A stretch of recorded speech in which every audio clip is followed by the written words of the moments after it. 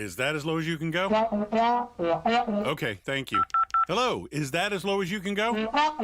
Okay, thank you. What are you doing? Calling around to get the best rate on a car loan. Why? Everyone knows Alcoa 10 is the best choice to purchase a vehicle or refinance your current loan. And with low interest rates and 90 days to your first payment, it's a no-brainer. You can even apply online and sign all the documents from the convenience of your home. Yeah, I don't know what I was thinking. Alcoa 10 Credit Union. It's so easy. Go to atfcu.com for details. Rates are dependent on credit score and equal housing lender.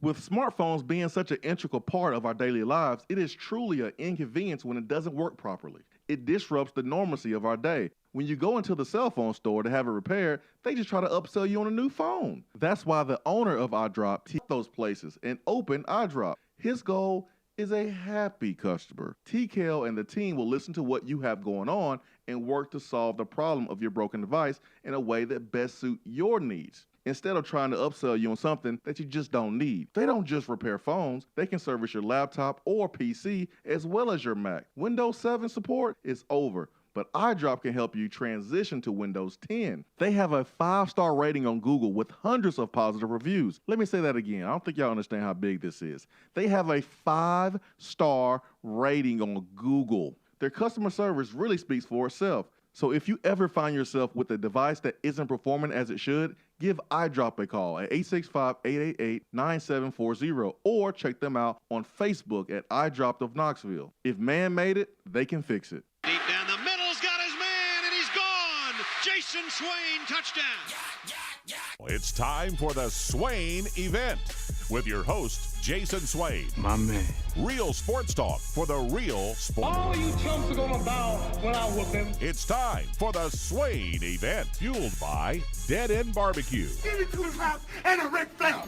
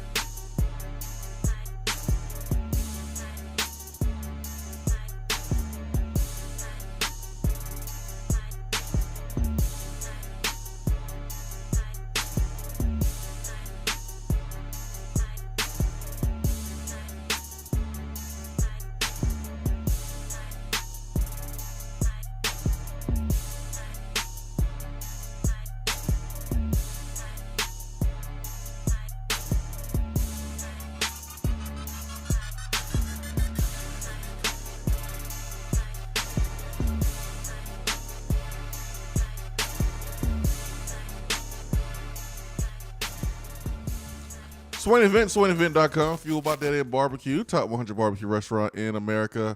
It is Friday, folks. We made it to Friday. 865-255-03.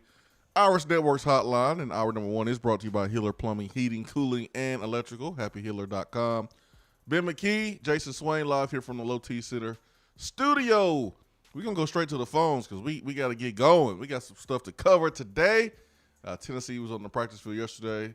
Had some players talking to the media. Man, we got a lot of stuff to get to, so we don't want to waste any time because the phone lines already are stacked. And we'll start with, Bobby in Georgia, right? Yeah, Yes. Bobby in Georgia, and then we got our guy Seth Stokes that joins us. City is it close to? It's over there, stuff like that. But, Where anyway, Alpharetta. Okay. Yeah, we know what that is. Yeah. It's just Stokes country. So I just had a question, Swain, since you kind of played and, balled out. These players like D. Beckwith and Cayman Marley, do they really have how much say do they have in what position they play? Early in your career, you have a little bit of say. I mean, because you want to show that you can play it, and that's what you want to play. So usually a player has some say early, but as time goes along, the coaches are gonna come to you and kind of say, "Hey, man, this is a position that we need you to play.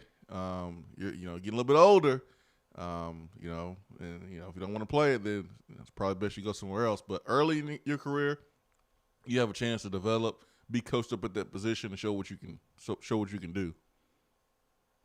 Okay, yeah, I was just curious on that because I didn't know if D. Beckwith really wanted to play running back or not.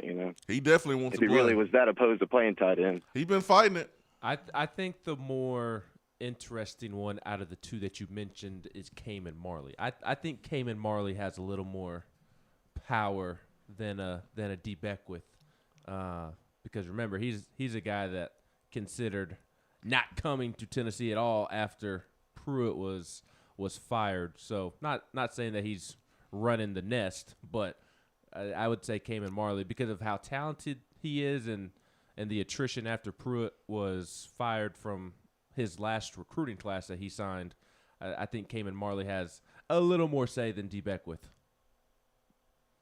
All right, man. Well, I appreciate you guys. Just trying to get some kind of idea of what goes on. I'm just a guy that just likes to watch the sport. So Heck yeah, man. I really don't know how the insides work, but I hope you guys have a great Friday and enjoy the show. Thank you very much. Thank you. Now, don't get it twisted now. They are the players and the coaches are the coaches at the end of the day. But early in your career, you will have a chance to prove that you can help the team by playing the position that you want to play. But as time goes along, they'll come to you like they did Jason Witten. Hey, man, I know you want to play defensive end, but I'm trying to be nice. You ain't going to play defensive end. The Jawan Jennings. Yeah. Jawan lasted a spring. Jimmy Holiday last spring didn't make it through a spring practice. He either didn't – did he make it through one spring practice at quarterback? No, Jimmy Holiday last year. He made it through one spring practice and moved the receiver. He made the switch early. Yeah, he made the switch before spring started. He saw – say what you will about JG, but he saw JG and JT Shroud and Brian Maurer and even those guys. He was like, nah, I'm good. Let me go ahead and switch the receiver. Which is smart, man. Don't fight it and waste any time. Speaking of not wasting any time, let's get to our guy Seth Stokes, because it is Friday, hour number 1. Stokes, good morning, my friend. Good morning, brothers. How y'all doing? Good, man. Good. It feels like there's a ton more coverage of Tennessee football, and is it mainly because Tennessee opening that thing up, man? I asked Ben the first day of practice how long was he there. It's like 50 minutes, 8 periods. Mm-hmm. Woo! Wow. Woo! Stokes, you wouldn't know what to do yourself if you was here. No, I don't think. I think the longest Butch let us look was for like 5 periods. I think one time, and that was during a we're going to get ready for a cupcake kind of game. And the bigger the game, the less time. Yeah. Now, there is a little asterisk next to it. We do get to watch 8 periods, but we can only video like the first 3. The last 5 periods that we can see, we're not allowed to take video or photos. But totally worth it for sure. Oh, yeah. Yeah. As long as you get to see it, man, I think that's the most important thing. And I understand 1,000% why a school wouldn't want just video out there 50 minutes of practice. Mm-hmm. So, Stokes, I want to get your take, man. We got some audio we want to play. Ben has a new favorite player now. I do. The last time he had a favorite player, the player didn't do anything, and then he wound up hating him and talking trash about him. No, he wasn't my favorite player. He was my favorite signee. Ben's favorite player was Dominic Wood Anderson for a little bit, and then he didn't do anything, and Ben was like, "Oh, I can't stand it. He made me look wrong." Key to the game. Oh, gotta get Dominic Wood Anderson involved. Key number 1, play Dominic Wood Anderson. Key number 2, throw the ball to Dominic Wood Anderson. Key number 3, repeat number 2. And when it didn't happen, Ben was like, man, Dominic Wood Anderson messing with my credibility. I can't mess with him no more. Like him. Oh, man. I'm still mad at him. You have a new player, too. Who's that? He's just not at Tennessee yet. Who's that? Walter Nolan. Oh, yeah. You know why? Yeah. Why is that? Because he rocks Crocs like you do. I mean, he's a smart guy. You see the video Mark Packer tweeted out? I mean, he's out there rocking Crocs on the football field. That's your type of guy. Yeah, man, they comfortable. They comfortable, man. It doesn't look like he's crocking and rocking though. He doesn't use the strap on the heel like you do. No. So Swain and I both have a new favorite player. My favorite player now is Jimmy Callaway. I've already put in a request to speak to him once a week, if not twice a week. I mean, the kid is just absolute gold. Here's what he had to say about the quarterbacks, and this is a video that Austin Price tweeted out. Not all of them throw different, to be honest. They all really throw the same, except for Joe. He's a different, but at the end of the day, they all throw the same. They all have the same goal, and I don't really matter to me who throws to me. I just needed to be there. How do you describe Joe's throws? How do you describe him? Like a bullet. Not all of them throw different, So that was to be what, honest. Jimmy Callaway had to say unprovoked about Joe Milton. I mean, hey, as long as you getting the ball, as long as you getting the pill, who cares who the quarterback is? I mean, I understand completely what he's talking about. Completely. Just make sure the ball is where it needs to be when I'm ready to catch it. When I come out my breaks, I want the ball in the right place. Whoever's doing that the best, that's my favorite quarterback. Simple as that. just like whoever has Tennessee's recruit ranked the highest, that's my favorite site. Yep. With being at Rivals or without being at Rivals, it don't matter. Whoever makes Tennessee look good with the recruits, that's who I like the best for that day or in that moment. I'm with Volquest. Stokes. All right, Stokes. And your take, just from watching from your vantage point, first couple of days of practice, man. It feels a little bit different, man. Just kind of watching the clips from practice. I'll be there tomorrow when they practice in the morning. They got 3 full, strong hours of practice tomorrow, so I'll be there checking it out. Oh, it's close to the media, ain't it? Oh, it's closed, ain't it? Mm-hmm. Oh, okay. I'm glad you can get your one practice a weekend though, while we've already watched 4 that week. I got you, man. I got you 3 hours. That's fine. By the time I'm be tailgating. By the time our week lays out, we get about 3 hours too. I'm gonna be tailgating for practice, man. 3-hour practice. We've watched 3 hours before you've watched 8 hours. I'm gonna bring a cooler. A tent, a little barbecue grill. Yeah, pull your smoker up there. Man, I'm gonna be kicking it. I'm gonna be like the uncle on the gifts on Twitter, man. I'm gonna be dancing on the grill, slinging hot dogs and hamburgers. Whoever wants some on the sideline, I might as well, man. 3 hours is a long time. Anyway, Stokes, just your opinion from your view of what you've seen so far. I mean, it definitely looks different. It sounds different. Like you hear Pruitt talking to players compared to what Heupel sounds like. And, of course, the magic of editing makes everything look and sound better than it is. But it seems different. And from what you could see on film compared to, and then looking at what people were saying and tweeting, sounds like it's going to be, and looks kind of like it might be a pretty fast wide receiver core. So that's new. That's something different. So we'll see. It's 2 days into the first bits of fall camp. I'm trying my best not to get overly excited, but football is here. We had the Hall of Fame game last night. Like, I don't think we go another week without football until the Super Bowl. February 13th. Like always the end of January. And so I'm super excited for football to be here and just watching, obviously it's the time of year when you get excited for Tennessee the most. And it's happened. It's a little slower. It's coming on a little slower than it has in past years for good reason.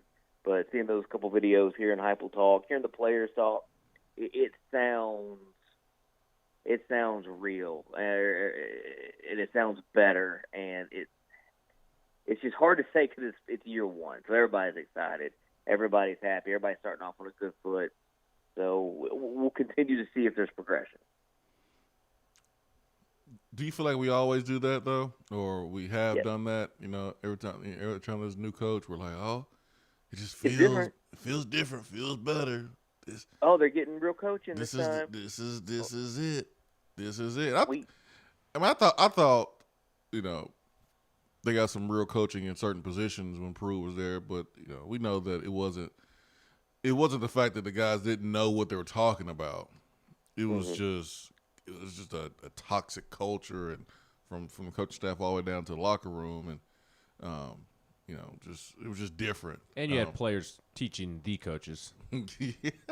yeah, that too. So, because I never wanted to make it seem like the Pruitt staff guys just was idiots and didn't know what they were doing. I mean, those coaches are still able to bounce back. I mean, T. Martin is coaching in the NFL. Jim Chaney's in the NFL. I mean, yeah, good coaches. They just wasn't allowed to, you know, be themselves. But man, yeah, I feel like we've done that, and that's okay. Like, it's okay to be, you know, optimistic, and it's okay to be cautious too. I think that's kind of where I am, and I think a lot of people are. But you can tell a lot about someone when they're coaching. Like, there's a confidence I see in Heupel. Like, who knows what he's talking about? Like, you don't have to yell and scream and do all that every time. I have not heard him yell once. You don't have to. That's going to happen. Well, the funniest thing and best thing about practice still remains Rodney Gardner. Oh, he does all the yelling for everybody. Yes, that was what I was literally about to say. He does enough yelling for every coach out there. But Rodney Gardner, I was on the far field next to like closest to the rock, and Rodney Gardner had his defensive lineman all the way like by the weight room, and I could hear him word for word yelling at his defensive lineman. He was yelling at one, I don't care what he told you. Get in your gap. Except he used colorful language in between a couple of those words. Hey, man. Get in your gap. I don't know offensive or defensive lineman coach who's not intense, who does not yell and scream. The players love it. Go listen to Matthew Butler's interview when he met with the media earlier this week on Media Day. I think it was Tuesday. Go listen to him. He raved about Rodney Gardner. They love it.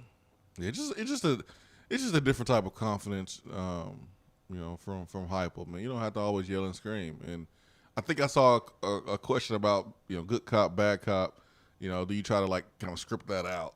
And you know, some cases you do that, right? We've seen it happen before. At least I've seen it happen before, where you have like, you know, position coach that may be the good cop, and then the OC is the bad cop, or the position coach is a bad cop, but then you have a GA with a lot of experience, kind of is a good cop, and but that's scripted sometimes. And I know Heupel was saying, no, coaches are just themselves. You know, it's no good cop, bad cop. We just coach guys up, and you know, I do appreciate that. Did you see the chili video, Stokes?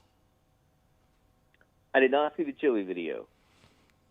Listen, I'm glad the guys are having fun, and I'm glad that we are, you know, able to do that. But the video was a little corny. It was a little corny, but that's okay though. It's okay. Coaches are having fun. Doesn't really matter, but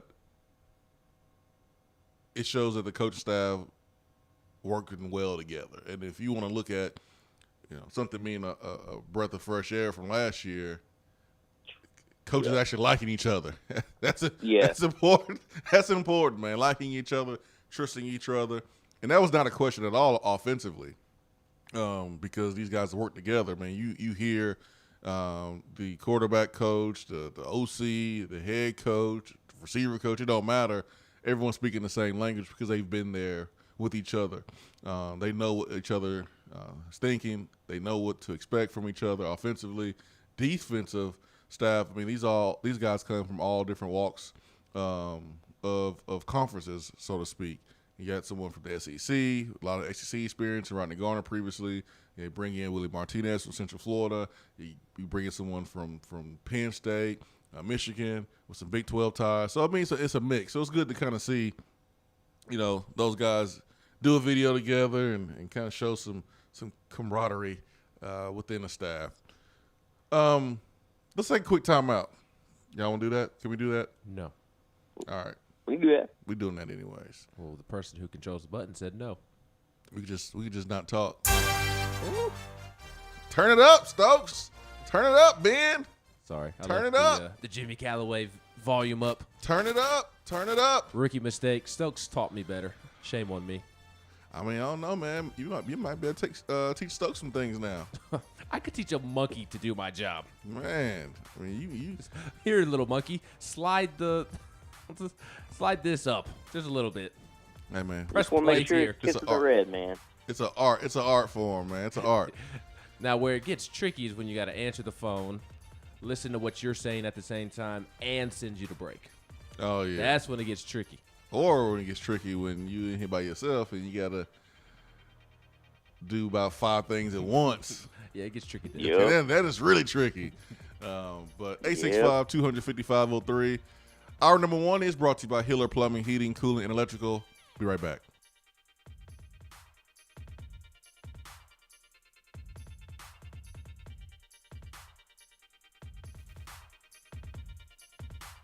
If you want to get in on the conversation, call the Iris Networks hotline at 865-200-5503. Grow your business with Iris Networks high-speed fiber internet. IrisNetworksUSA.com. If you're coming to Knoxville and need a place to stay, do yourself a favor and book a room at Hampton Inn Paper Mill, also known as the Hampton on the Hill. This award-winning property is literally in the top 5% of all Hampton Inn properties. The GM, Stephen Lawrence, is a good old local boy who grew up in the business around Knoxville. He and his staff are always available, always willing to help, and will go above and beyond for their guests. The newest Hampton Inn in Knoxville has clean, affordable rooms, flat screens, fridges, and microwaves in every room. Plus, breakfast is included in every rate. Not to mention, there's also a pool and fitness center on site. If it wasn't so close to amazing restaurants, bars, and shopping, you would never want to leave. At only 6 miles from campus, you're still right in where the big orange action is.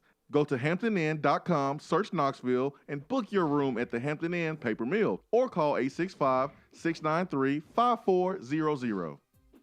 Is that as low as you can go? Okay, thank you. Hello, is that as low as you can go? Okay, thank you. What are you doing? Calling around to get the best rate on a car loan. Why? Everyone knows Alcoa 10 is the best choice to purchase a vehicle or refinance your current loan. And with low interest rates and 90 days to your first payment, it's a no-brainer. You can even apply online and sign all the documents from the convenience of your home. Yeah, I don't know what I was thinking. Alcoa 10 Credit Union. It's so easy. Go to atfcu.com for details. Rates are dependent on credit score and equal housing lender. With smartphones being such an integral part of our daily lives, it is truly an inconvenience when it doesn't work properly. It disrupts the normalcy of our day. When you go into the cell phone store to have it repaired, they just try to upsell you on a new phone. That's why the owner of iDrop, TKL, left those places and opened iDrop. His goal is a happy customer. TKL and the team will listen to what you have going on and work to solve the problem of your broken device in a way that best suits your needs, instead of trying to upsell you on something that you just don't need. They don't just repair phones, they can service your laptop or PC as well as your Mac. Windows 7 support is over, but iDrop can help you transition to Windows 10. They have a 5-star rating on Google with hundreds of positive reviews. Let me say that again. I don't think y'all understand how big this is. They have a 5-star rating on Google. Their customer service really speaks for itself. So if you ever find yourself with a device that isn't performing as it should, give iDrop a call at 865-888-9740 or check them out on Facebook at iDrop of Knoxville. If man made it, they can fix it. Good morning, Swain Event crew. As the weather heats up, so does our market. And from Johnson City to Knoxville, eager buyers are grabbing up many available properties. The chili is hot in East Tennessee, so if you are ready to buy or sell or want to talk more about our local real estate market, I'm just a phone call away. Or email me at jennifermorris865@gmail.com. And go Vols! Top 100 barbecue restaurant Dead End Barbecue is a no-brainer when you are craving the smoky flavor of quality Q. Dead End makes it easy to enjoy their fantastic menu with online ordering from Chow Now for pickup Or if you don't feel like leaving the house, then have Dead End Barbecue delivered right to your door by Loco Knoxville or Bite Squad. Cheer on your favorite team with the best barbecue around. Check them out online at deadendbbq.com. Dead End Barbecue. The search is over. For a replay of each day's Swain Event TV, like us on Facebook.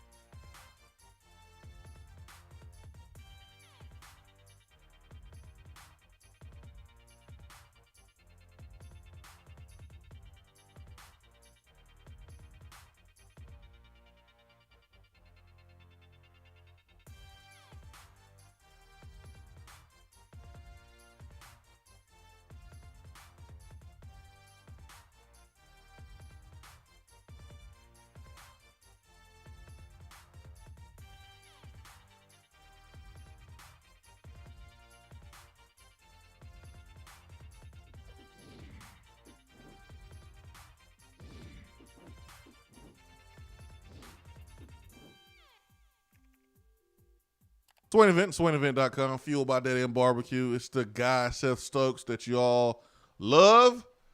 On the line with us this morning, Ben McKee, Tennessee. Got a commitment in the last couple hours from Arkansas wide receiver Chaz Nimrod. Traveled to Knoxville not too long ago, worked out for the coaches and earned an offer, ran a really good 40 time, low 4.5 twice, was very consistent in his speed, 6'2", 185, and looks like he's going to be a guy that's going to play on the outside. And remember the theme: speed, speed, speed. You've not seen a wide receiver they brought in that's not low 4.5 or faster.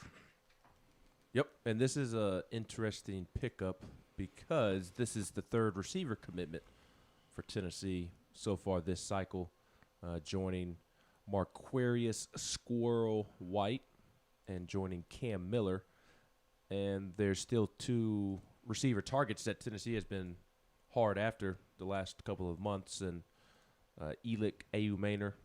There you go. The young man from Canada who's playing up in Massachusetts, who hasn't played a ton of football because his season last year got canceled due to COVID. He's supposedly going to be picking between Tennessee and Stanford this month after visiting Tennessee, Stanford, Vandy, Cal, and Notre Dame in June for official visits.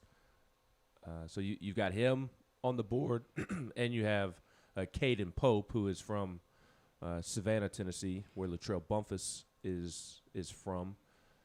And those two were thought to be kind of next in line to pick Tennessee, but surely Tennessee doesn't take 5 receivers in this class. I know they want to play a ton of receivers, but I don't.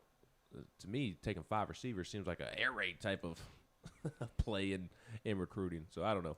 We'll see. But I thought that was the most interesting part, is that the last couple of weeks Tennessee was trending for Elick Ayumaner and Caden Pope, and then boom, they offered Charles Nimrod like a week ago, less than a week ago, and now he's committed. So I'll be curious to see how the receiver class plays out. Stokes, it always works itself out, man. It may not seem like it makes sense at first. It's like, wait a minute, we got 42 guys committed right now. We only take 25. It'll work out. It always does. It works itself out. So,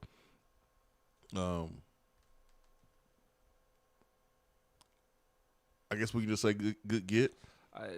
Yeah, I mean he's who not, knows? Yeah, I mean you just don't know until 2 to 3 years down the road how a player is going to work out. And I've never heard a high school coach or a recruiter when they get a kid to commit, oh yeah, he's gonna be bad.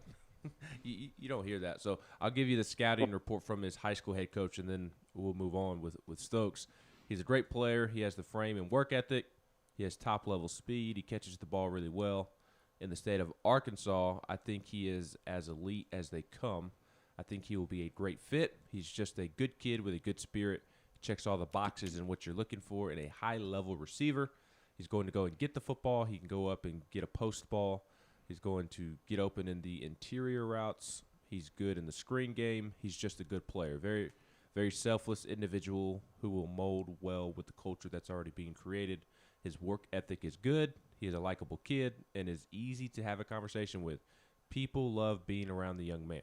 That was the scouting report from Jody Grant at Bentonville High School there in Arkansas. I don't know. I got to talk to Cedric Houston about this high school talent in Arkansas. I don't know. I don't know about the Arkansas high school talent. I don't know. Probably talk to Aaron Hayden, too. I know he's in Memphis, and his boys play Tennessee high school football, but they're right next door to Arkansas. He'll know. It's really the same, right?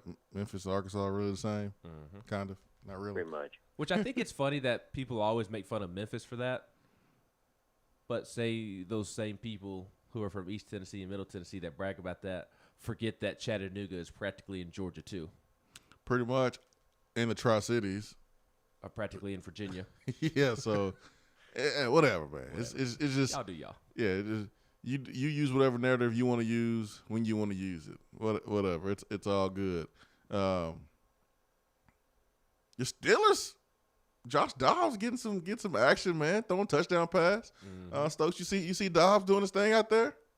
I saw Dobbs do his thing out there. I'm pretty sure he leads the NFL in touchdown passes right now. That's how it's going. I mean, hey. Facts. Those are the facts. Nobody could score a touchdown, and then Josh Dobbs comes in, and on the first drive of the game, his first possession, boom, touchdown. It was a nice throw, too, right on the numbers, and received a lot of credit from Troy Aikman up in the booth. That's just a real smart play there for Josh Dobbs. Hey, man. Well I done, would have Troy. liked to have seen Dobbs in the game before Haskins.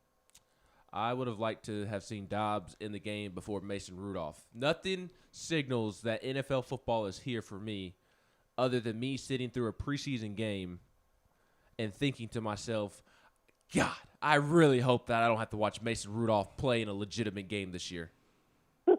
I can't stand the fact that he's still with the Steelers, but I don't know. I'm being hard on him right now, but I do think he's better than most of the backups in the league. You don't want him starting for your team, that's for sure, but he's a solid backup. I'm just hoping Dobbs can beat out one of the two, Haskins or Rudolph. Rudolph's got the better arm, but Dobbs, better athlete, better playmaker.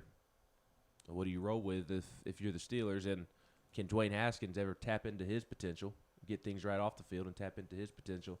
That's a real interesting backup quarterback situation. And I'm not saying that because I'm a Steelers fan, but it's truly like maybe the most interesting backup quarterback situation in the entire league. I mean, you have 3 legitimate candidates to be a backup quarterback. I like the Bears' backup quarterback situation. They're not going to have a backup quarterback situation. I guarantee you Nick Foles or Andy Dalton ends up on another team by week 3. Oh, wait a minute. Once Justin Fields is named the starter, somebody else is going to go get Andy Dalton or Nick Foles. Speaking of NFL, wait a minute. Stokes, you should have heard your boy Triple O yesterday. What was he saying? Man, you should have heard him yesterday. Triple O has not called in forever. I thought he was going to bring that thunder yesterday, man. He called in yesterday. And Ben asked him an easy question. I mean, a layup question. So, Triple O, how your line's gonna do? You know, what record are you looking for? What record are you hoping to see? You know what this dude said, Stokes? What? 7 wins. That's what he'll be happy with. I was like, wait, are we talking about the Vols or the Lions? You know y'all play 17 games, right? You happy with 7 wins? I was like, get Triple O off this phone, And then man. he was like, yeah, we won 5 last year, so I'll be happy with 7 this year. 7 wins. I was like, Triple O, you are a Lions fan for sure. If you be happy with 7 wins in a 17-game schedule, get out of here. Culture, man. That's the Detroit Lion culture right now. Get out of here, Triple O. I know if he listening, he's steaming because he can't call. He's talking to himself. He can't call to hour number 3. I wish we could have like a Triple O cam that popped up on the broadcast and like showed up in the corner and showed him driving. As long as I've had this show and as long as Triple O has called, he's always called in hour number 3. Mm-hmm. Yep. And so we gonna talk our talk, and Triple O can't do anything about it because he can't call it until hour number 3. So you're gonna have to wait another hour and a half, Triple O, to defend yourself. Tell me something. You be happy with 7 wins. You know he's sitting there thinking these swamp donkeys. 7 wins. Tennessee, okay, I'll be happy with 7 wins if Yes. Tennessee, but not an NFL team. It's 3 games below 500. Golly, man. All right, let me hit this text box up, Stokes. Tony says Dobbs would have had 2 touchdowns, but the crossing receivers on the 4th down slipped and disrupted the play.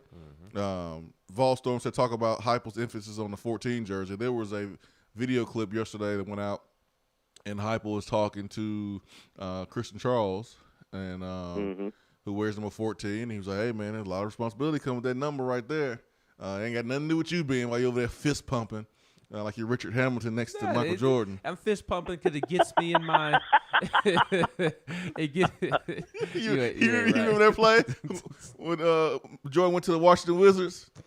he made a game-winning shot, and Richard Hamilton ran over there next to him and did it too? Yes. A classic moment. It gets me in my feelings. It makes me happy because Eric Berry is my favorite Vol of all time. 14 is my favorite number, what I consider my lucky number because of Eric Berry and his time at Tennessee. So, yeah, I'm fist pumping and smiling because that makes me happy. That gets me in my field. So, mind your own business over there. My bad. Let me know when Tennessee don't give out your number to a kicker. And then you can come over here and say something about my number. Dooley. Let me know. Dooley did that. Let me know when the number 1 on this team does something. Ooh.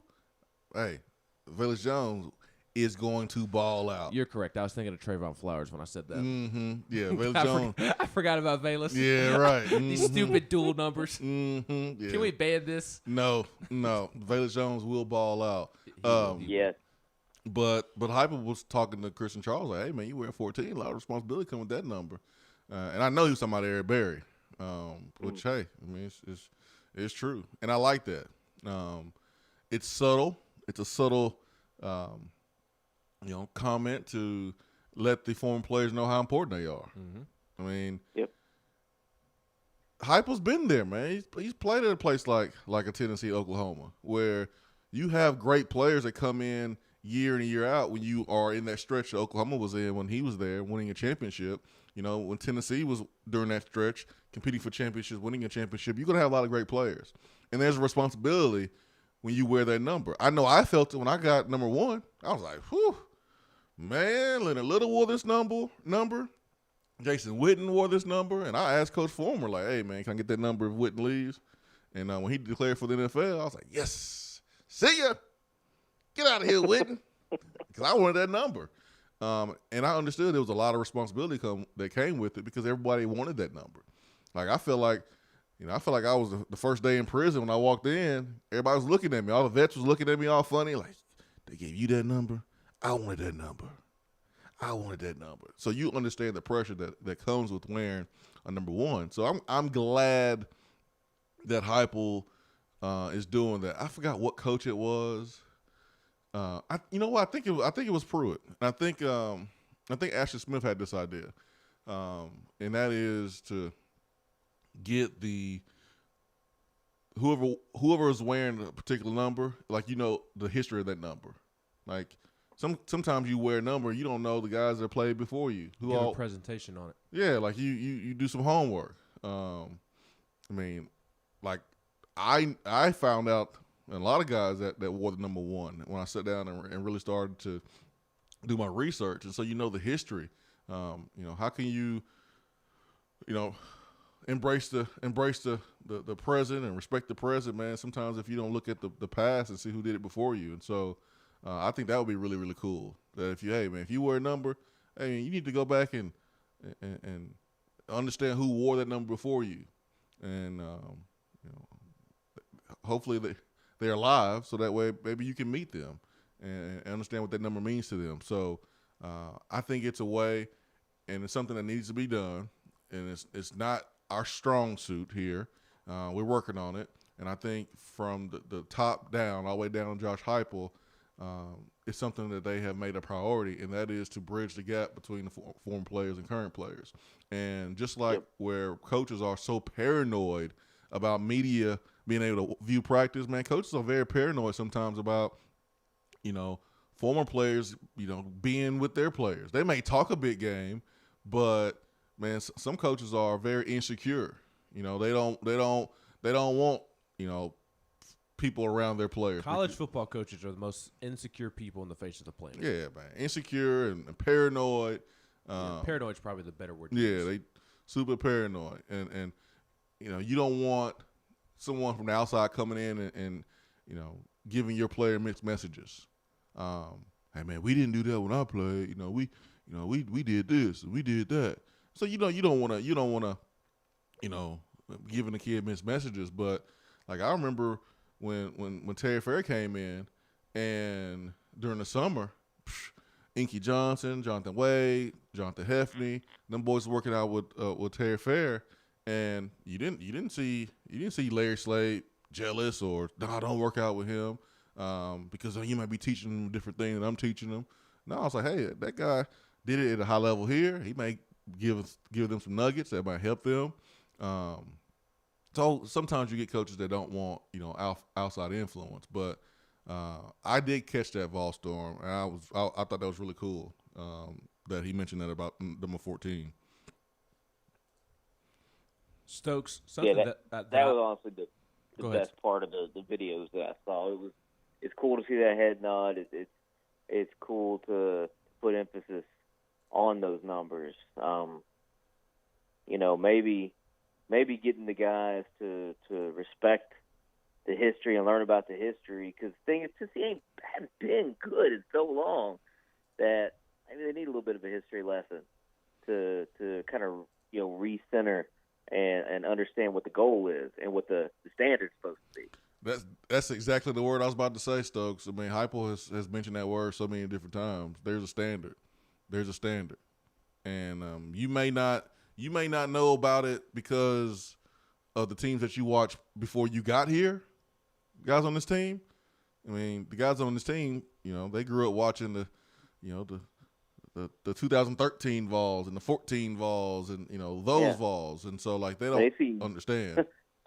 Dooley and Butch and Pruitt. Yeah, they don't understand. But you got some people on staff, right? You got some people that's on staff, support staff that they know what the standard is, and they're going to tell them. And this is why you want former players around as much as possible, because they can also tell you the standard as well. Like I've spoken to some guys on our football team and let them know what the standard is, and they may not truly understand it until you pull out that tape and show them, but you got to tell them the standard. And the more foreign players around this program and talking to the players, not just around and you separate them. No, you need to have these guys talking to each other. You need to have an event or something where you forcing foreign players and younger players and current players talking to each other, so that way they understand. Like, hey man, like yeah, you got here at 6 o'clock in the morning, but no, we didn't even go to bed till like 11 because we was watching film after practice,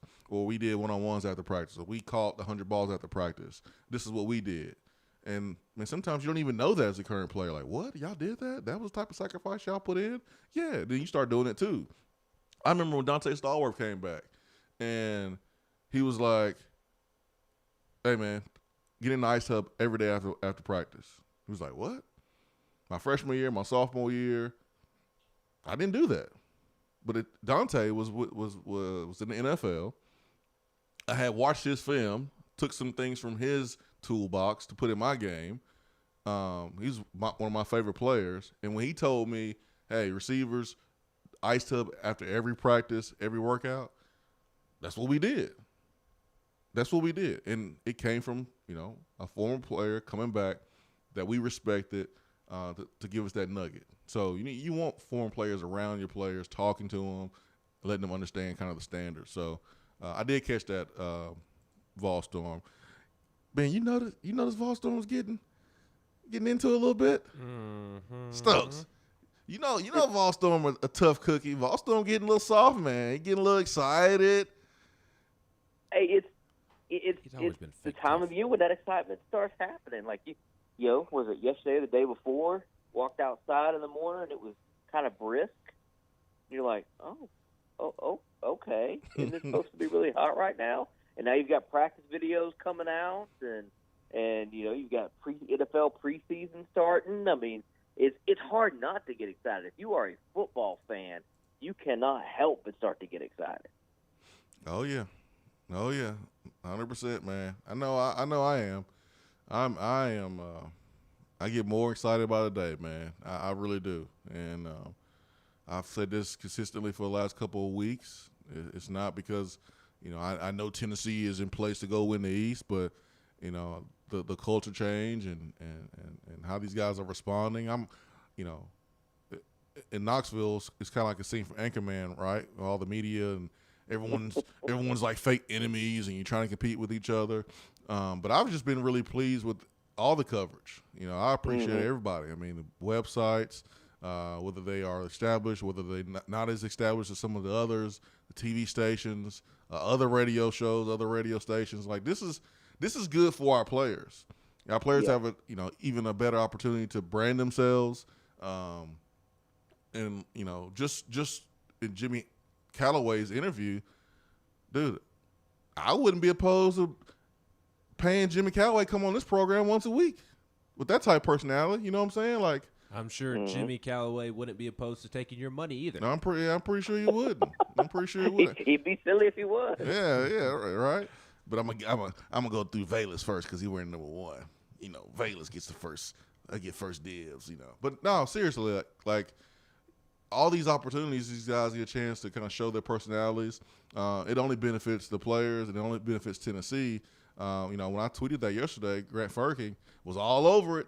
He was like, hey, unique place when it comes to branding, marketing, and he's 100%. Media. He's 100% right, man. He's 100% right. Just like it hit me yesterday. I was like, man, look at all this great coverage. I wasn't jealous that other people was putting out good stuff. Everybody's putting out coverage, and that's good for the fans too because they get to hear from all different platforms, all different outlets, whether you like the person or not, or like the outlet or not. Who cares, man? You're getting information about your Tennessee Volunteers that you've never gotten before in this amount of volume. And some folks are just still mad. They just mad at where Tennessee is, and they can't really just enjoy it. But enjoy at least for another 3 weeks while Tennessee is 0-0. Or even 4 weeks after 1-0. Yeah, even 5 or 6 weeks when Tennessee is 3-0. Before they play Florida. I mean, enjoy it while you can. Enjoy it. Live in the moment. So it's something I noticed about just the first couple of days, man. Just a lot of coverage, man. Really happy to see it. Yeah, and Bill Martin, Tennessee's SID, and Josh Heupel get a lot of credit for that. The coverage will dwindle down as the season approaches. And access to practice will dwindle down as well in terms of the periods that the media is allowed to see. But it's been really refreshing this week to hear from a lot of different people, and it probably is the way that it is because of where Tennessee football is. But at least kudos to Josh Heupel for recognizing where Tennessee is and understanding that. This is the reason why you allow so much access the first week is because now you got people like Volstorm who were stubborn a couple of months ago, and now they're starting to loosen up. And there's plenty of people like Volstorm. We just obviously use Volstorm as an example because we see Volstorm stuff every single day, unfortunately. So kudos to Bill Martin and Josh Heupel for allowing this to take place. It's been refreshing, and it's been nice just to talk ball and not all the other crap that we've had to talk about since last season. And I saw a picture of Bill Martin holding up everybody's mics while they interviewed. Mm-hmm. I know, man. I think part of that was... That's something you don't see. And I know that for a lot of people that doesn't mean much, but for media members out there, that's nice. Like, that's a nice gesture. Yep. I think part of it was the COVID thing, and we had to stand 6 feet away, but also a nice gesture, too. Yeah, I mean, they could have set up a little table. Yeah, you're right. But no, he stood there and held it. And Swain, if you don't cut a deal with Bayless and have him on your show once a week and call it one-on-one, you're missing an opportunity. Dang, man, you're right, Stokes. You're right. Got to do that, man. Got to do that with Bayless, man. Got to do it. Good personality. That sounds good. That sounds good. But yeah, I just enjoy the coverage, man. And I know the coverage is going to change, the volume of coverage, and then obviously, you know, you're going to lose some games, and no one's happy around here when you lose. It is miserable when you lose the game. And it don't matter if you're a good team or you're, bad team. Like, it's miserable being a Tennessee football player and losing. You don't even want to go outside, man. You don't even want to eat, drink, feeling weak. It is a bad feeling. So, but enjoy it now. Live in the moment, enjoy it, because these guys look like they're playing with purpose. They look happy. I mean, Josh Heupel had to remind the player, hey, man, you can smile, you can have fun, you can have fun out here.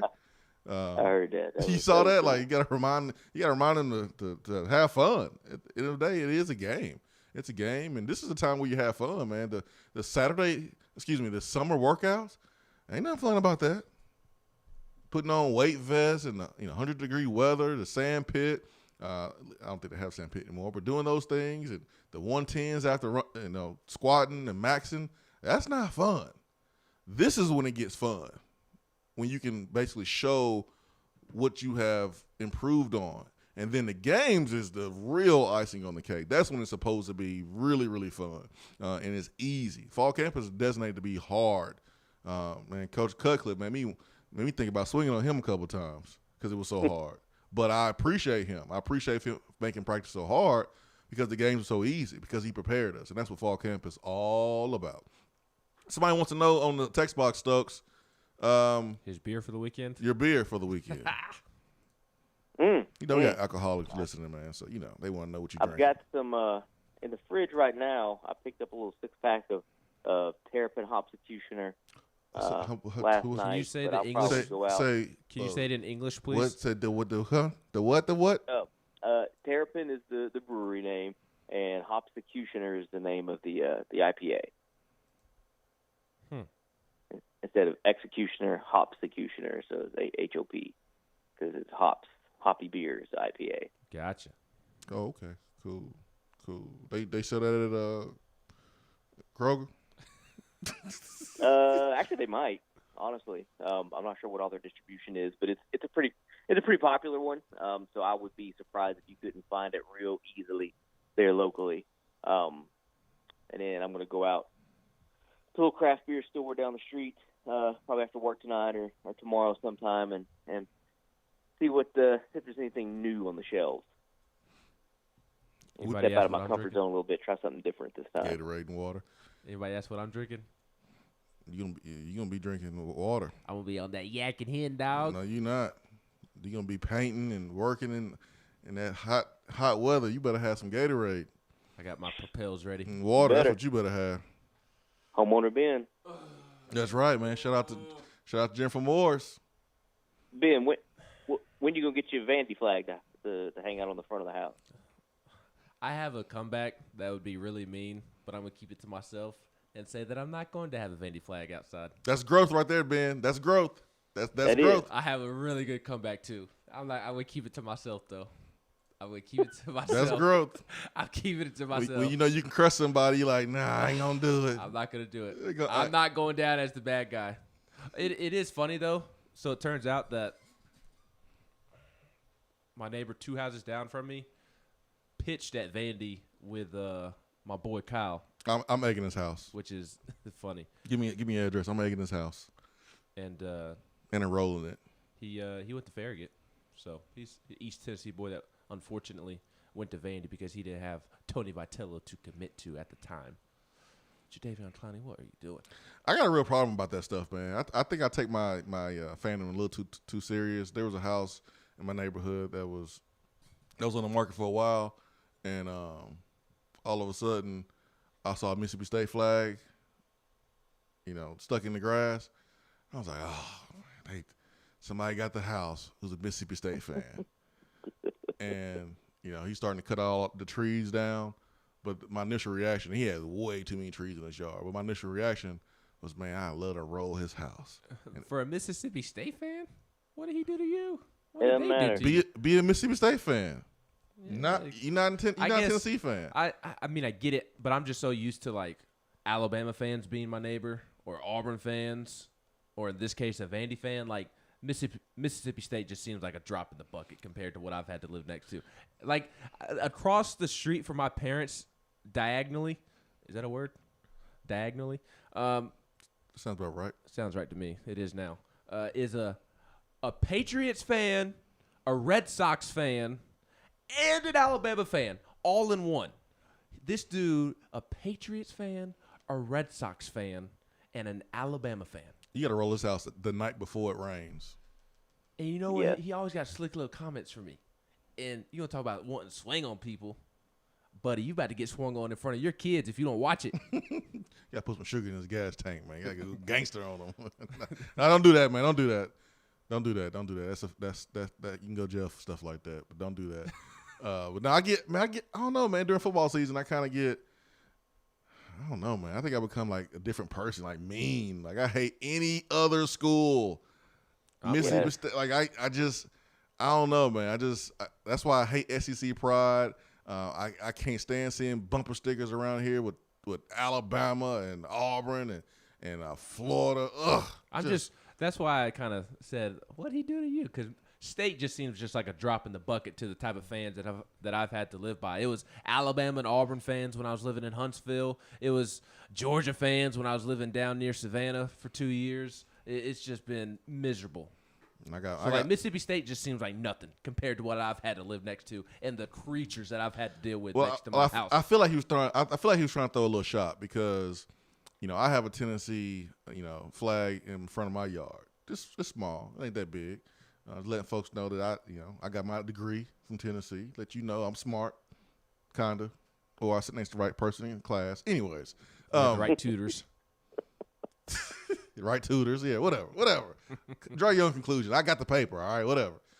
And like when he moved in, he put kind of the same thing in his front yard. So I feel like that's kind of a shot. I think he was trying to like one up me. So now I feel like I gotta get a bigger flag or something. You can take it as disrespect. I feel like it is. Yep. I feel like it is. I can't really say anything because Mississippi State won the World Series. I ain't even met him yet. I just bean bug him when I drive by. That's weird. Can Tennessee baseball say anything to Mississippi State baseball? Because they played once and Tennessee run-ruled them and eliminated them from the SEC tournament. No, you can't say anything. Can't say anything? Mm-mm. Can't say a word. They're the champions, man. What you can you say? Well, you're lucky you didn't run into us because then same thing that happened in the SEC tournament would have happened. I mean, you can say it, but if you look silly. It don't mean nothing. It don't mean anything. They're the champions. You can't say anything to the champions. That's like the Falcons beating the Saints during the regular season, but the Saints going to win the championship. It don't matter. Or a couple of years ago, when the Titans swept the Jaguars in the regular season, and Charlie wanted to say that the Titans season was better because of that, although the Jaguars made it to the AFC Championship game. It might be one of the worst takes in Swain Event history. It don't matter. It don't matter. You're the other team. They got further. That's all that matters. More successful. Don't matter. So yeah, that's why I haven't said anything yet. Mississippi State won the World Series. I haven't met him yet, man. Like I said, I see him out there. Which house is his? I'll egg it for you. I just mean mug him. I say now that you've got this mean Doberman, just let the Doberman on him. Show him who the real dog is. He not mean. Bulldog. He not mean yet. I bet Brad Matthews gets along well with him since they have bulldogs. Yeah, my Doberman's not mean yet, man. He too nice. He too nice. We working on him getting mean, man. He too nice right now, man. He too nice. He loves some Ben, man. He love Ben. He does, but when he hears me pull up in the morning and he doesn't see me, he's starting to find his bark. Oh yeah, he's starting to sound the alarm. He's like the dog version of Simba, man. he's finding out he's the Lion King. He's realizing he's a Doberman. So we working on it. He's only 15, 16 weeks, so we working on it. He'll get there. He'll get there. All right, Stokes, man. Always appreciate the visit, man, and enjoy yourself this weekend. Don't get in trouble. I'll try not to. That sounds good, my friend. All right, man. Y'all have a good one. Be safe. You too. Swain Event fueled by Dead End Barbecue. Hour 2 is around the corner. Man, I want to see more foreign players back around. I want to see them interacting with our players. Man, I like what I'm seeing so far. I really am. I really liking what I'm seeing so far. Happy for our players. I'm really happy for them to get that exposure, to get to show off their personalities. Big fan of Jimmy Callaway already. But Jim Callaway said, hey, whoever throws me the ball when I'm open, that's my favorite quarterback. I'm with you, Jimmy. I know exactly what you mean, man. And I've heard some great things about Jimmy Callaway. Like, he's going to be a breakout player. I think he's going to have a really big year. Really big year. I think he's going to eat. I won't be surprised if he is the first or second leading receiver for Tennessee. I wouldn't be surprised one bit, man. He has it. Has it. Over Jalen and Valens? I say I wouldn't be surprised. I would be surprised. I wouldn't be surprised. I think he's going to be Tennessee's number 3. Because getting balls and getting yak, two different things, man. You can get more balls at another position, but your ability to make guys miss and things like that, like you can maybe have more yards. So I wouldn't be surprised. I would put my money on the other two guys, but I wouldn't be surprised. You just never know what the scout report allows you to do. What situations you have to be able to take advantage of. You just never know. I mean, we went to games where, Brett Smith would eat the most, or C.J. Faden. You just never know. I wouldn't be surprised if Callaway is the second, leading receiver or somewhere like that. I wouldn't be surprised one bit. All right, hour number 2 is coming up. We'll go straight to the phones. 865-255-03. Stay with us.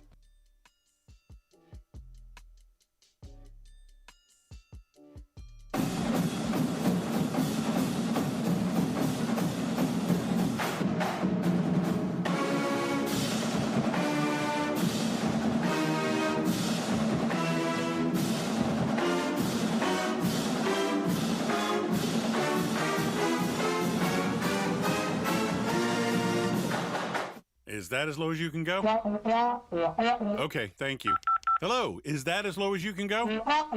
Okay, thank you. What are you doing? Calling around to get the best rate on a car loan. Why? Everyone knows Alcoa 10 is the best choice to purchase a vehicle or refinance your current loan. And with low interest rates and 90 days to your first payment, it's a no-brainer. You can even apply online and sign all the documents from the convenience of your home. Yeah, I don't know what I was thinking. Alcoa 10 Credit Union. It's so easy. Go to atfcu.com for details. Rates are dependent on credit score and equal housing lender. When I made the move to my own studio, I was worried about this. I was worried about that. I was worried about, hey, did I get this piece of equipment? Did I get that piece of equipment? Does that sound good? Does that not sound good? One thing I didn't have to worry about, that was office furniture, because Office Furniture Outfitters met my furniture needs. With a 50,000 square foot facility, they have East Tennessee's largest selection and are the best value for new and used office furniture. Located in Knoxville, it's easy to find everything you need for your new space, including desks, file cabinets, chairs, conference tables, and more. Office Furniture Outfitters is turnkey. They came to my place, we mapped everything out that was needed, they delivered, and get this, set everything up. To learn more about what Office Furniture Outfitters can do for you, log on to ofonox.com. That's ofonox.com. Top 100 barbecue restaurant Dead End Barbecue is a no-brainer when you are craving the smoky flavor of quality Q. Dead End makes it easy to enjoy their fantastic menu with online ordering from Chow Now for pickup. Or if you don't feel like leaving the house, then have Dead End Barbecue delivered right to your door by Loco Knoxville or Bite Squad. Cheer on your favorite team with the best barbecue around. Check them out online at deadendbbq.com. Dead End Barbecue. The search is over. When you see the happy face on our truck, you'll be smiling because you'll know that you're in love. At Hiller, we care about your family's comfort all year long. If you get caught without air conditioning this summer, we're offering a free service call with any repair. That's a free service call when we do the work on your HVAC system. Visit happyhiller.com to schedule your appointment today. Call the Happy Face Truck today. You don't have to take an L just because you can't listen to the Swain Event live. You can catch up on the podcast posted daily on the app, online, and on iTunes.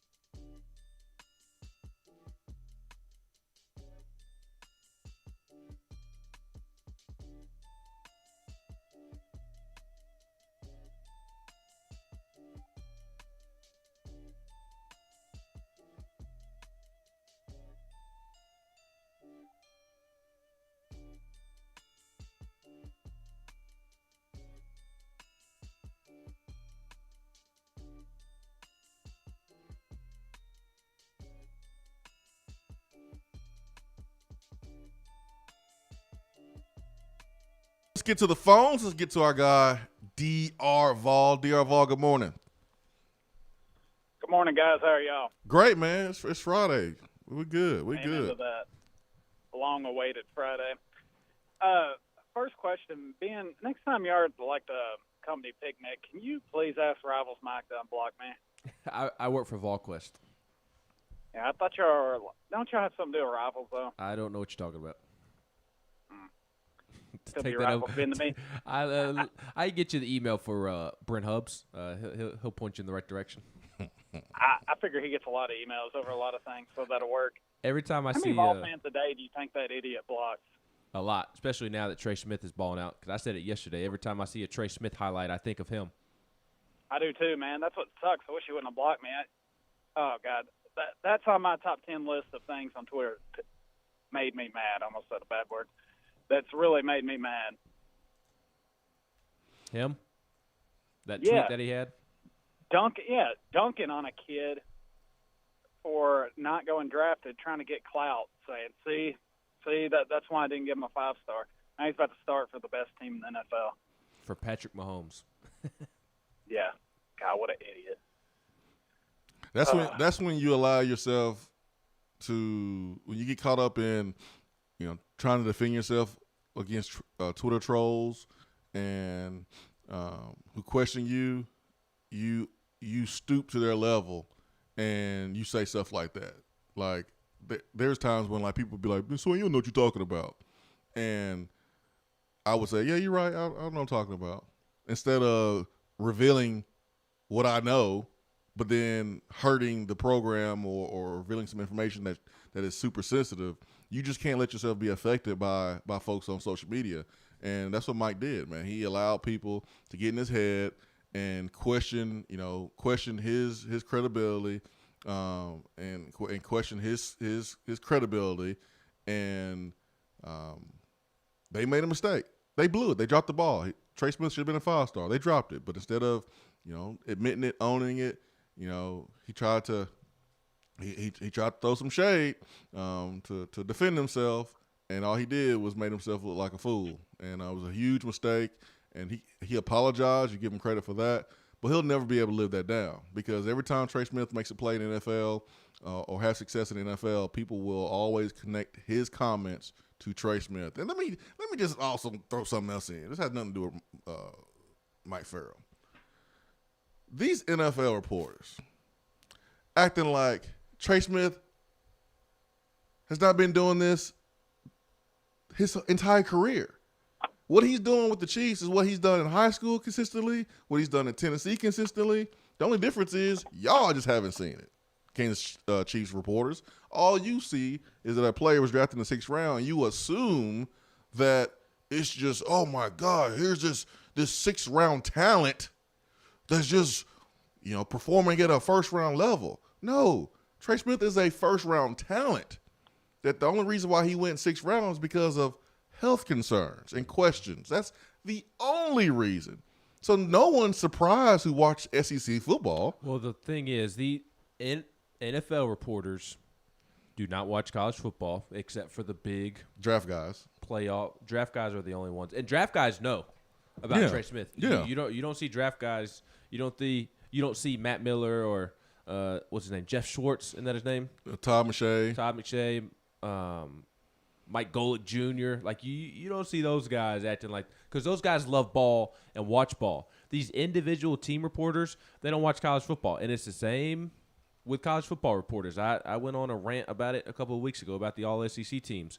You think that these people care about watching the sport? They don't. They watch what they have to because it's a job for them. They don't love the sport and they don't dive into it the way that you think that they would. And it's the same at the NFL level. The NFL reporters, I guarantee you 85 to 90% of them do not watch college football on a regular basis. They watch the big games. They'll watch Georgia Clemson and then watch the next game that they watch will be the SEC championship game 3 months later. And it's the same at the college level. These college reporters, they don't watch the NFL either. Yeah, guy was like, they don't love ball. Who would ever thought that Trey Smith would be doing this?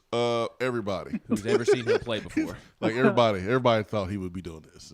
No one is surprised if you watch him play. That has kind of been mind-blowing. And for us, it's about as surprising as, I don't know, Austin Price's assistant, Saab, stealing content. You just know that's what he's going to do. Kane doesn't do that. How dare you? Kane doesn't do that, sir. Who? Eric Kane, my buddy, who also works for VolQuest. He said Saab stealing content. I know what he said. Oh, okay. The best You're in the taking a business. shot as I take a shot. I respect that, Ben.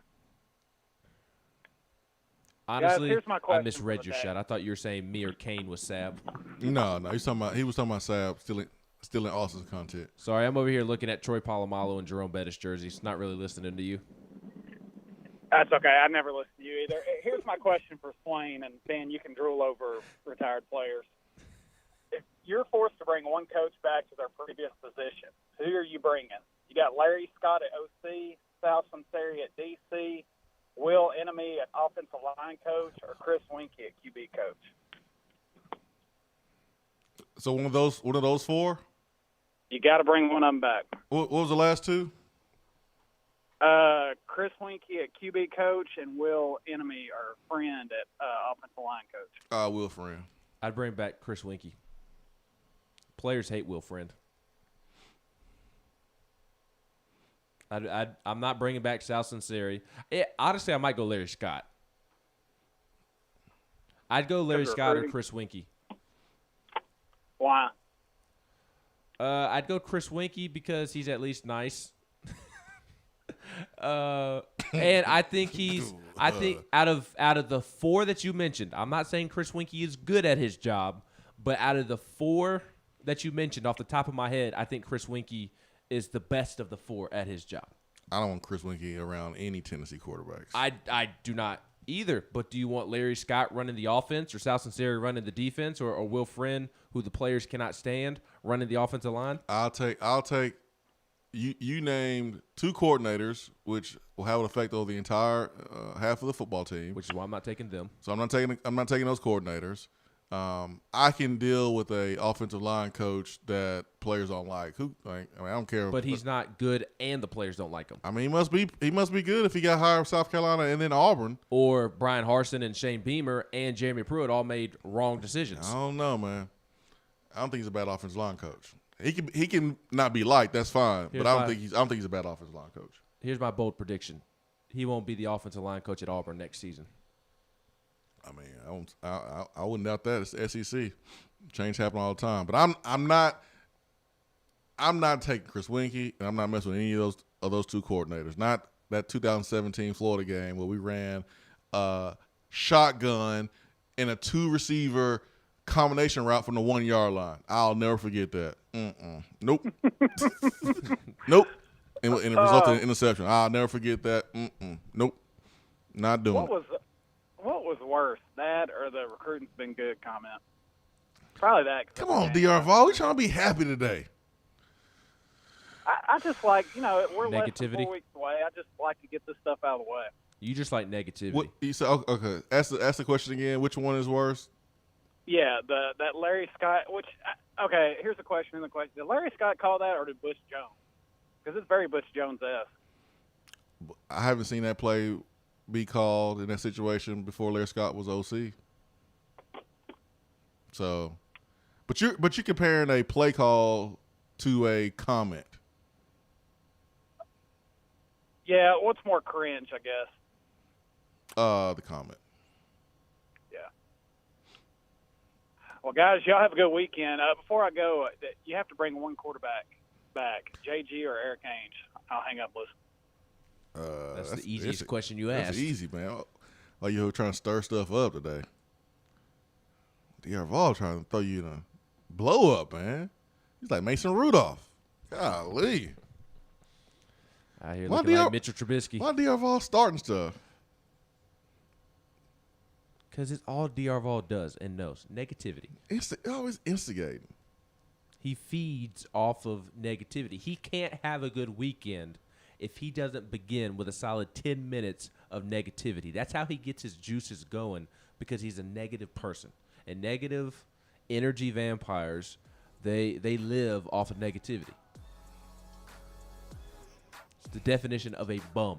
I love DR Vol though. He always lightens the mood for sure, man. Always lightens the mood. Always brings it, man. Funny as all get out, man. Funny as all get out. So I appreciate DR Vol.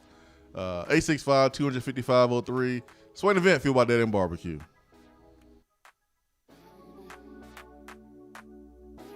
If you want to get in on the conversation, call the Iris Networks hotline at 865-200-5503. Grow your business with Iris Networks high-speed fiber internet.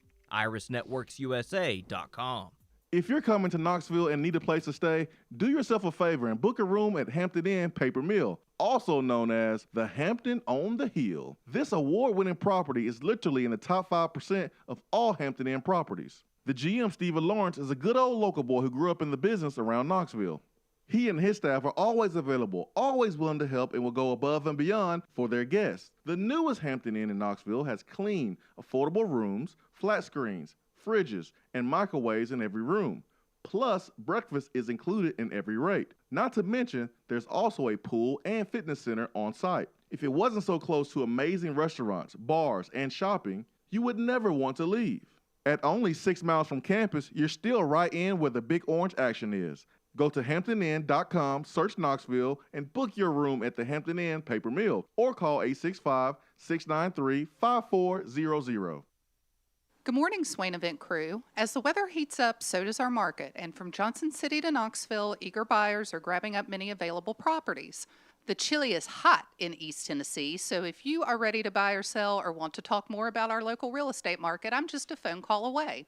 Or email me at jennifermorris865@gmail.com. And go Vols! Top 100 barbecue restaurant Dead End Barbecue is a no-brainer when you are craving the smoky flavor of quality Q. Dead End makes it easy to enjoy their fantastic menu with online ordering from Chow Now for pickup. Or if you don't feel like leaving the house, then have Dead End Barbecue delivered right to your door by Loco Knoxville or Bite Squad. Cheer on your favorite team with the best barbecue around. Check them out online at deadendbbq.com. Dead End Barbecue. The search is over. For a replay of each day's Swain Event TV, like us on Facebook.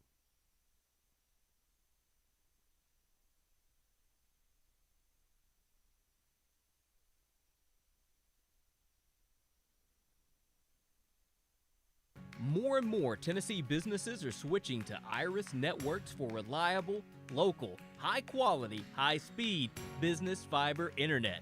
Iris provides direct internet access from 10 megs to 10 gigs with no payments for 90 days. Iris also offers next-generation business phones with work from anywhere capability from the mobile or laptop app. With local sales, support, and service, Iris is a partner in the community. Learn more at irisnetworkusa.com or call 865-448-IRIS. Iris Networks, a Tennessee business connecting Tennessee businesses. It's a new season, which means it's time to rep your team in new ways with gear from Game Time Sidekicks. Rep the Vols with every sip with a new tie-dye tumbler or bottle. They also have a new NFL Players Association product line, so you can support your favorite VFL on Sundays. Want to put your own flair on a tumbler? Game Time Sidekicks has you covered with options to add your own text or even a monogram on the back of your favorite team tumbler. To check out everything that Game Time Sidekicks has to offer, go to GameTimeSidekicks.com. Carry your team with Game Time Sidekicks. Top 100 barbecue restaurant Dead End Barbecue is a no-brainer when you are craving the smoky flavor of quality Q. Dead End makes it easy to enjoy their fantastic menu with online ordering from Chow Now for pickup. Or if you don't feel like leaving the house, then have Dead End Barbecue delivered right to your door by Loco Knoxville or Bite Squad. There is no better restaurant in town to enjoy the madness of March with. Cheer on the Vols and the Lady Vols with the best barbecue around. Check them out online at deadendbbq.com. Dead End Barbecue. The search is over. When you start your own business, you know that branding can make or break a new venture. That's why Swain Event relies on 42nd Street. 42nd Street is a strategy agency focused on finding creative, open-minded, results-driven solutions to brand design. After over a decade of operations in East Tennessee, the brand architects at 42nd Street have the experience and creative know-how to ensure the success of your business branding, logo, web presence, and more. To see a real-life example of their amazing work, you can check out our website at swainevent.com. Don't trust the branding of your business to just anyone. Check out my friends at 42nd Street online at 42st.com or give them a call at 865-382-7007. 42nd Street, brand, strategy, design. You don't have to take an L just because you can't listen to the Swain Event live. You can catch up on the podcast posted daily on the app, online, and on iTunes.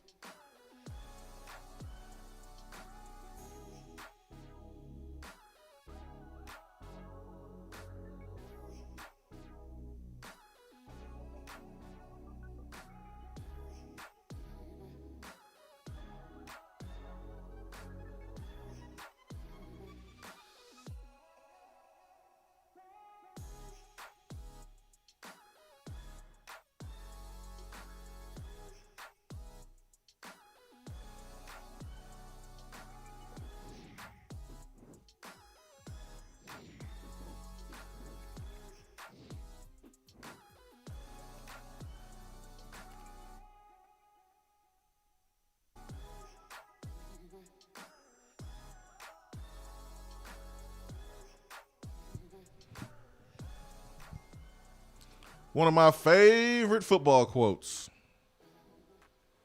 comes from a Super Bowl champion quarterback. Ben Roethlisberger? I did see him talk to the media.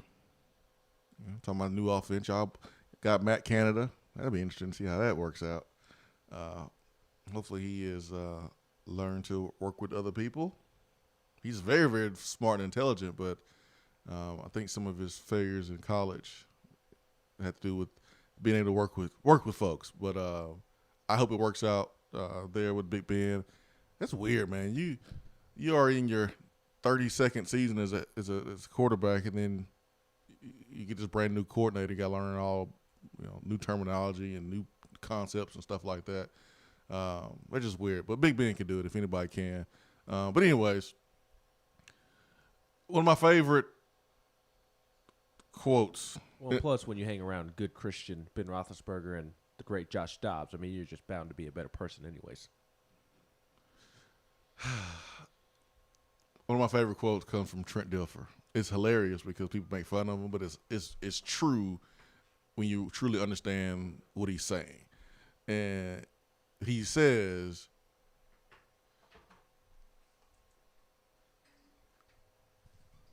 basically to win, you have to not lose.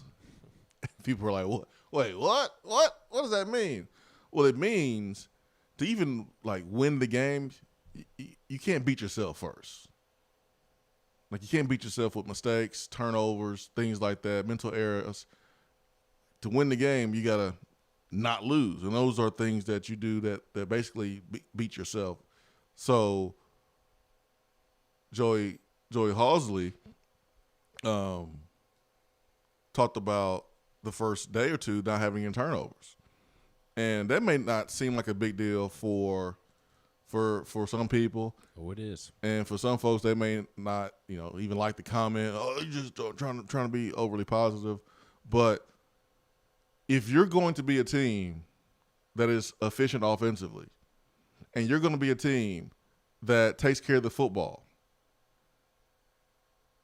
it starts in practice. And you chart those things. It's about creating habits every single day. Every single day. So, yes, it needs to be charted. It is significant. Turnovers are contagious sometimes, man. They're contagious. You can't tell me that it's not. That Kentucky game, contagious. One person turned the ball over, then you made a change, then another person turned the ball over. It was contagious. Watch basketball. When you see a team turn the ball over 3-4 straight times, and then it leads to a 15-0 run. Like it's JG contagious. did. It's contagious. Drop balls are contagious. And so you chart those things in practice, and you better mention it. I don't care if you're in helmets or not. No, that was two of my biggest. I had several takeaways from Joey Halsley.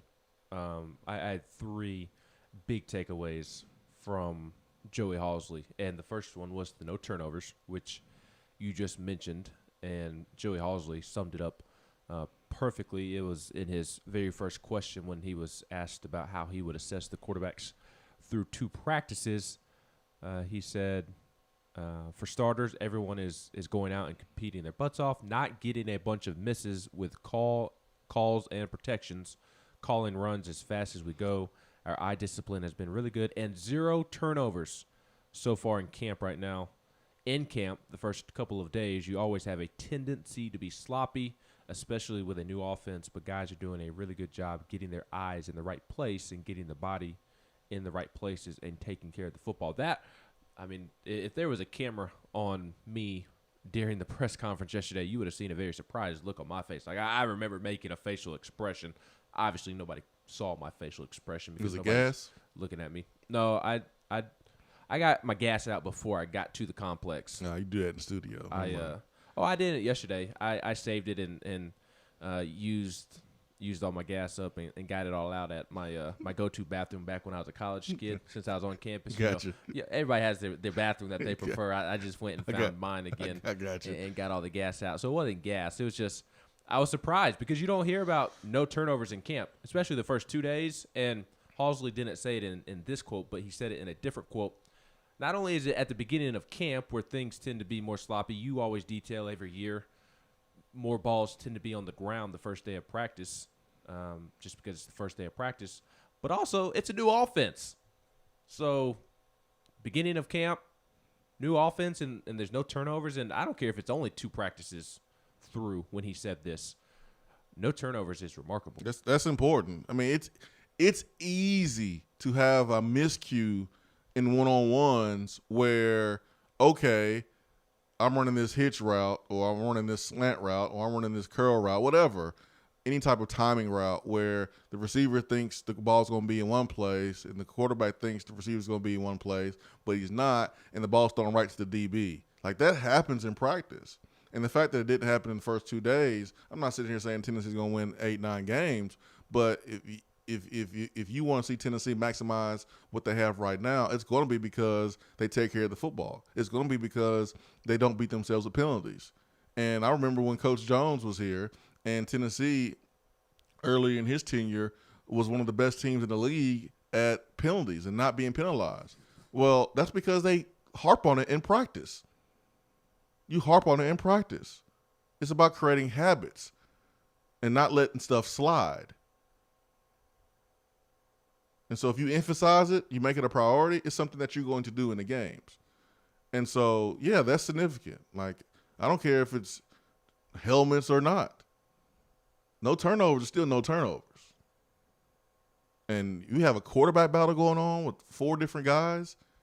To have 0 turnovers in the first 2 days, that's pretty good. That's pretty good. Kudos to the offense for taking care of the football, understanding that. And if you saw the hypo video, he's talking to a player about ball security. Understand, just because you're in helmets, when you go to team, when you're doing 7-on-7, when you're doing one-on-ones, like when the defender gives up a catch or when the running back breaks through the line and he's finishing on his rep, the DBs are taught to strip at the football. Mm-hmm. And sometimes you always see somebody getting caught because they're relaxing a little bit at the end of the drill, and then some DB comes in and rip it out. So you didn't have that at all for 2 straight practices. That's pretty good. How long can you keep it going? I think if you are Alex Golish, you're challenging your offense. All right, let's go through practice number 3 without any turnovers. Let's go through practice number 4 without any turnovers. And if you're on the defense, you're cussing your guys out like, come on, guys. We need to generate turnovers. We're not going to be able to just line up and stop people. We got to generate turnovers. We got to bow our necks in the red zone. So that's the thing about fall camp. When you're going up against each other, one side's getting praised, the other side's getting ripped. You want to have some balance. Yeah, for sure. I think it's the early signs of the type of offensive coaching we're expecting out of this offensive coaching staff. I think this is the early return. Will it translate to Tennessee winning a couple of the 50-50 games that are on Tennessee's schedule this year? Maybe. We'll see if it lasts throughout fall camp.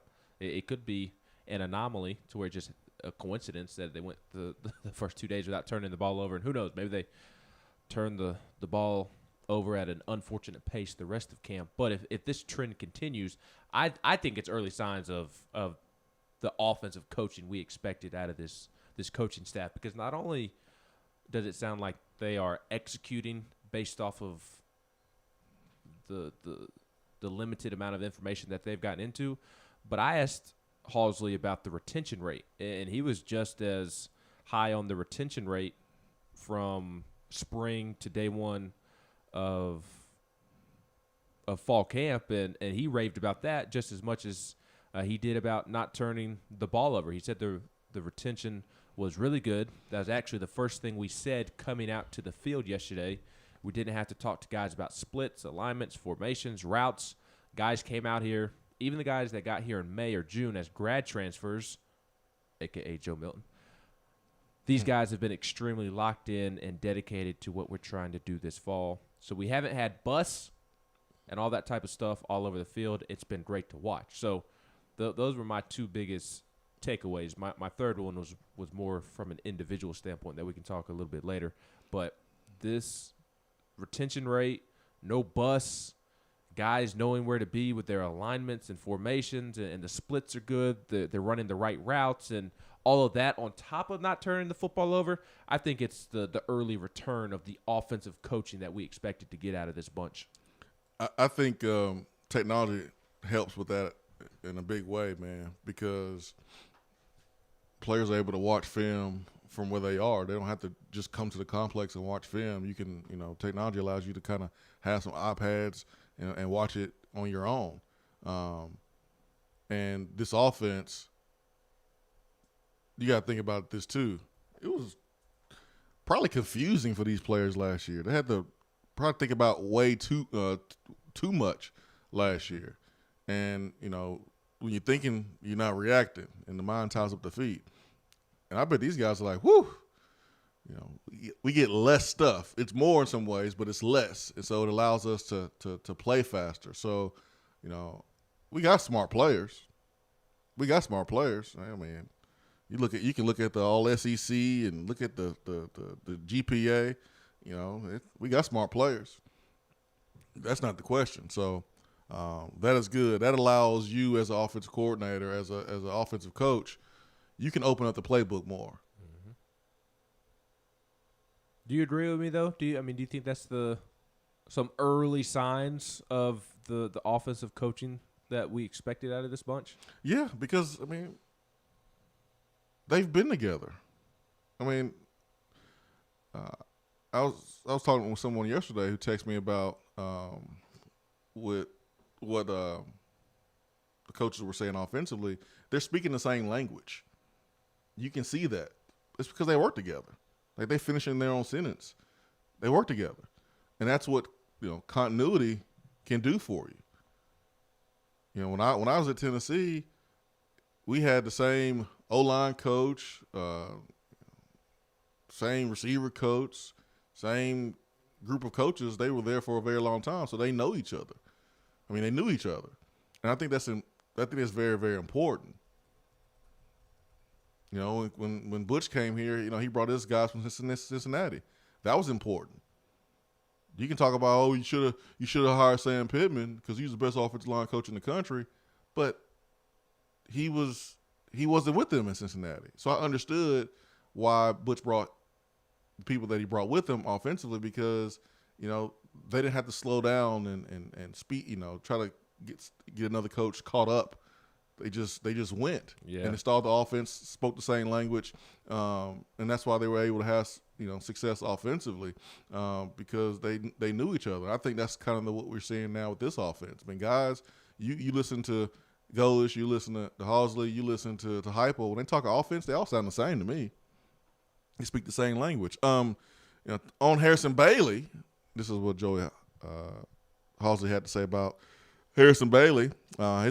His progression has been making it jump mentally off the field. He was just so young when he got here. He's really worked hard to get himself to where he can call it quickly. He can see defense, recognize what he's getting. Am I getting pressure? Am I getting weak rotation, too high, single high? He's doing a much better job of processing that. When you get that, now your body follows, because you can actually get yourself in the right position. It's hard to have good body position when you have no idea what you're looking at on the front end. He's done a good job of grinding in the classroom. It's a little bit different than Hendon, who's a grad transfer coming in, has a bunch of classroom experience and a bunch of game experience. He understands what he's seeing, and he was working on the physical side of it. Harrison pushed really, really hard on the mental side of it. So leading up to fall camp, we got questions during the spring and the summer, like, why you guys a little bit hesitant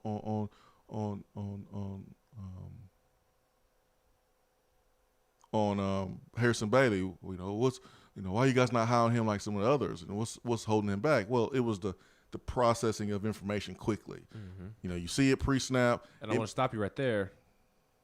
What did Golish say? The three things he mentioned, three traits that a quarterback has to have in this offense to be able to execute it: consistency, efficiency, and being able to push the ball down the field. And he also said in that response that the quarterback also has to be able to process things quickly. Yeah. And so 2 out of the 4 that he mentioned, processing things quickly, efficiency, consistency, pushing the ball down the field, 2 of the 4 is what Harrison is working on to improve. It's not that he doesn't do it at all. He's just not where he needs to be able to be successful at this level. Yeah, that's not to say that he won't get there, because I think he has the ability to maybe get there one day. But as a redshirt freshman, I think he's a redshirt freshman. He may be a true sophomore. I don't know. COVID messed it up. But I view him as a redshirt freshman, because last year was just totally out of whack for many reasons. But that's why Swain can obviously speak for himself, but I think he agrees that's why we both think that's why he's behind, or at least that's why we put him behind Hendon Hooker and Joe Milton going into fall camp, because he is working on trying to improve 2 out of the 4 key traits that you have to win this job, and that's push the ball down the field and be able to process things quickly. And Joey Halsley, just gave you a flat-out, blunt answer, quite frankly, about what Harrison Bailey is working to improve on. Yeah, the processing information was something that was I won't call it a knock, but it was a weakness of Harrison Bailey's, in his freshman season, and it's a weakness of most freshmen. So, everyone was wanting to throw him in there, and I understand because the lack of quarterback play from the older players, but it was what was holding Harrison back. And then when he was out because of the quarantine and the contact tracing, it only hurt. So, he was in an offense where it's a little bit slower paced, but when the ball is snapped, you still have to be able to process information quick, fast, in a hurry. Get from number one, get to number two, get to your third progression. Know that if all those three are not there, then you have your outlets, your running back, or in a flat or whatever, tight end, your security blanket. You got to be able to get through that quick, fast, in a hurry. And when you're getting through those progressions is what Joe Halsey is talking about, getting your body in the position to where you can make that throw. Because you got to get your shoulders turned around, you got to get your body turned around to make those throws accurate. So you're going from right side of the field all the way to the middle, to the left, and nothing's there, then you got to come back right. So that means you have to get your body in a position to make those throws while they being turned, tipped or inaccurate to where a turnover happens. So that's the part of Harrison Bailey's game where he's getting better at. He's going to have to continue to get better because it's only faster now because the tempo is faster. So you don't have a lot of time to think about it.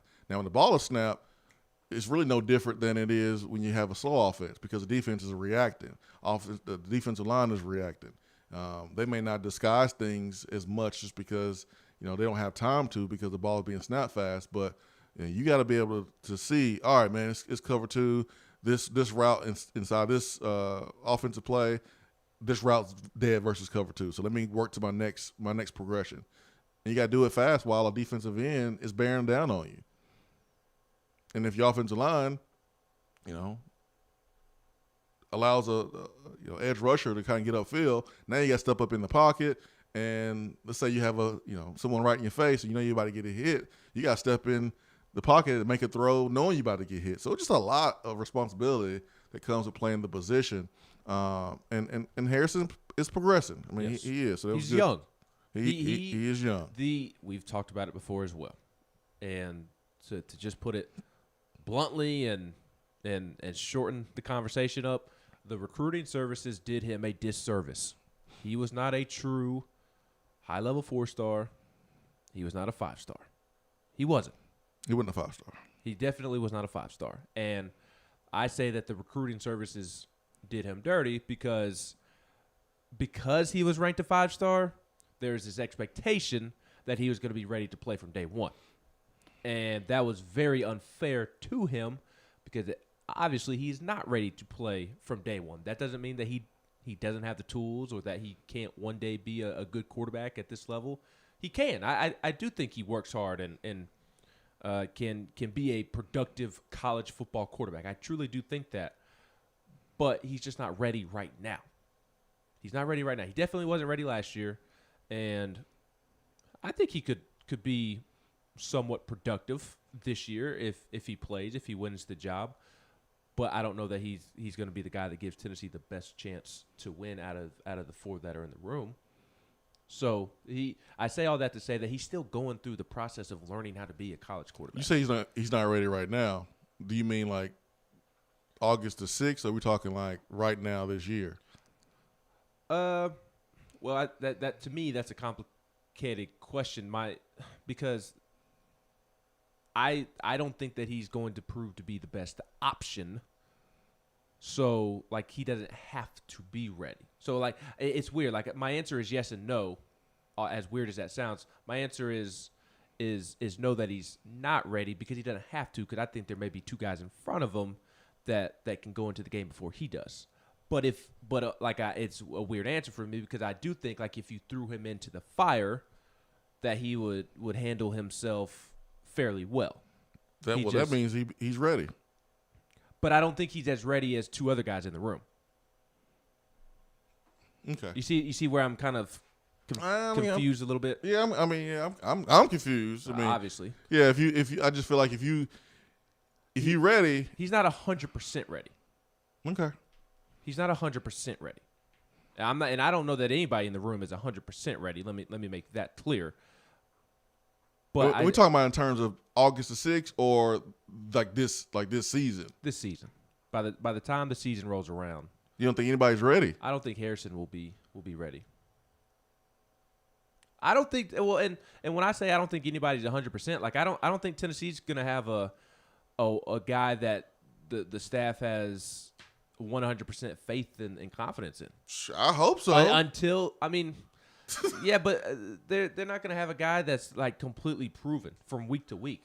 Like I don't know that Tennessee has that going into the season. Well, that's what practice is for. I mean that's fine, but even like in the midst of like if Joe Milton wins the job, you're still going to have some concerns about him going into the season. If Hendon Hooker wins the job, you're going to have some concerns about him going into the season. You shouldn't if you're the coach. I mean, if Harrison Bailey wins, same if you're thing. the fans, I guess, but if you're the coaches and this guy has been the most consistent, he has done a good job in camp, and like he has proven himself. You should trust him. Like you should trust him going into week one, unless he proves in the game that he doesn't deserve your trust. So like, all right, we've seen situations where a guy has practiced well, but then in the games he does something different. Okay, well, leading up to the first game, you should have every reason to trust him because he's done it consistently in practice. Now, if he differs in a game and he goes AWOL and loses it and pees down his leg, now you have a reason to not trust him. But I don't think there's a reason why if a quarterback proves himself enough to be named a starter, I think these coaches should go in the game and trust him, because if you don't trust him, it's going to show with play calling, and now that player won't have the confidence to make throws, to take chances, to rip it down the football field. So you better have confidence in him. Is what I'm saying. Yes, but just because one of these quarterbacks wins the job doesn't mean that they're going to fare well through an actual season, because you could be the best out of 4 average quarterbacks. You could. And I don't know if that's the situation at Tennessee, or if somebody's going to step up and be a bona fide SEC starter. Like I don't know that Tennessee has that right now. No, or will have that. I don't think anyone knows that. So that's what I mean when I say it. Like I don't think that Tennessee's going to have a bona fide starter, SEC level starter. No, we don't know. I do know that when a quarterback is named, that coach better be confident in that guy going into game one until that player proves otherwise. If not, it's going to show in play calling. And golly, I hate to keep bringing up JG, but we saw it. Like we saw when Chaney would ran like 15 straight run plays. I forgot what game that was, but that was a clear case of Arkansas. Not trusting your quarterback. Just not trusting him. And so you don't want that. You don't want that, because now that kills the confidence of your quarterback. He's going to press, and then he's going to probably make a mistake. So good comments from Housley on Harrison Bailey. There's been a lot of talk about Joe Milton from the media. His size. You've heard receivers talk about his arm, how he's different. You look at some of the starting quarterback odds in Vegas. They are picking Joe Milton. Harrison's not getting the conversation from a media standpoint. Harrison's getting the conversation a lot from the fans because they saw that 5th star, and they haven't seen much of Hendon and Joe Milton. So it's good to see Bailey be talked about by his coaches.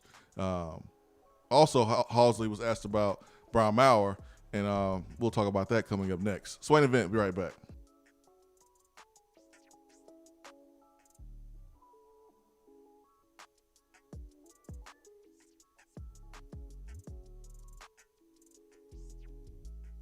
While the other guys are taking guesses, the Swain Event is taking you behind the scenes and in the huddle every morning from 7 till 10 right here. More and more Tennessee businesses are switching to Iris networks for reliable, local, high-quality, high-speed business fiber internet. Iris provides direct internet access from 10 megs to 10 gigs with no payments for 90 days. Iris also offers next-generation business phones with work from anywhere capability from the mobile or laptop app. With local sales, support, and service, Iris is a partner in the community. Learn more at irisnetworkusa.com or call 865-448-IRIS. Iris Networks, a Tennessee business connecting Tennessee businesses. It's a new season, which means it's time to rep your team in new ways with gear from Game Time Sidekicks. Rep the Vols with every sip with a new tie-dye tumbler or bottle. They also have a new NFL Players Association product line, so you can support your favorite VFL on Sundays. Want to put your own flair on a tumbler? Game Time Sidekicks has you covered with options to add your own text or even a monogram on the back of your favorite team tumbler. To check out everything that Game Time Sidekicks has to offer, go to GameTimeSidekicks.com. Carry your team with Game Time Sidekicks. Top 100 barbecue restaurant Dead End Barbecue is a no-brainer when you are craving the smoky flavor of quality Q. Dead End makes it easy to enjoy their fantastic menu with online ordering from Chow Now for pickup. Or if you don't feel like leaving the house, then have Dead End Barbecue delivered right to your door by Loco Knoxville or Bite Squad. There is no better restaurant in town to enjoy the madness of March with. Cheer on the Vols and the Lady Vols with the best barbecue around. Check them out online at deadendbbq.com. Dead End Barbecue. The search is over. When you start your own business, you know that branding can make or break a new venture. That's why Swain Event relies on 42nd Street. 42nd Street is a strategy agency focused on finding creative, open-minded, results-driven solutions to brand design. After over a decade of operations in East Tennessee, the brand architects at 42nd Street have the experience and creative know-how to ensure the success of your business branding, logo, web presence, and more. To see a real-life example of their amazing work, you can check out our website at swainevent.com. Don't trust the branding of your business to just anyone. Check out my friends at 42nd Street online at 42st.com or give them a call at 865-382-7007. 42nd Street, brand, strategy, design. You don't have to take an L just because you can't listen to the Swain Event live. You can catch up on the podcast posted daily on the app, online, and on iTunes. Hey there, Swain Event listeners. I'm excited to share my new Keller Williams Realty app so you can tour homes without leaving yours. Not only can you search for homes in specific areas and neighborhoods, you can also have access to real-time market snapshots on stats like average home price and days on market, plus commute times from your office, school zones, and much more.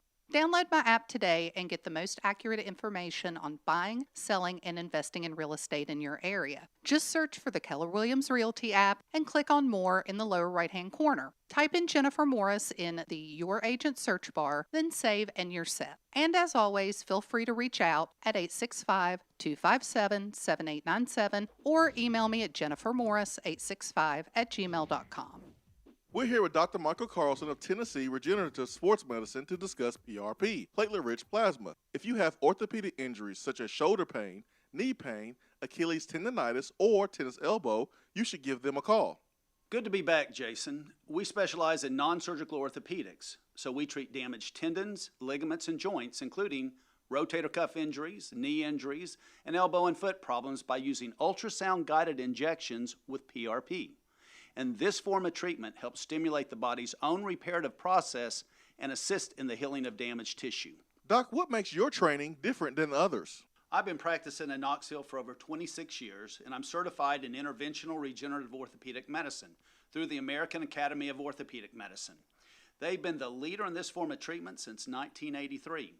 I also teach this form of treatment on a national and international basis to other physicians, residents, and medical students. Here in our clinic, I'm the one doing the procedure, and we're using your own PRP, which are concentrated platelets, to treat your injury. So in other words, Jason, it comes from you and it goes back to you, so you know exactly what you're getting and know exactly the level of training involved. Do what the pros, college athletes, and I have done, and visit them online at trsportsmedicine.com. Tennessee Regenerative Sports Medicine, East Tennessee's leader in PRP therapy. You don't have to take an L just because you can't listen to the Swain Event live. You can catch up on the podcast posted daily on the app, online, and on iTunes.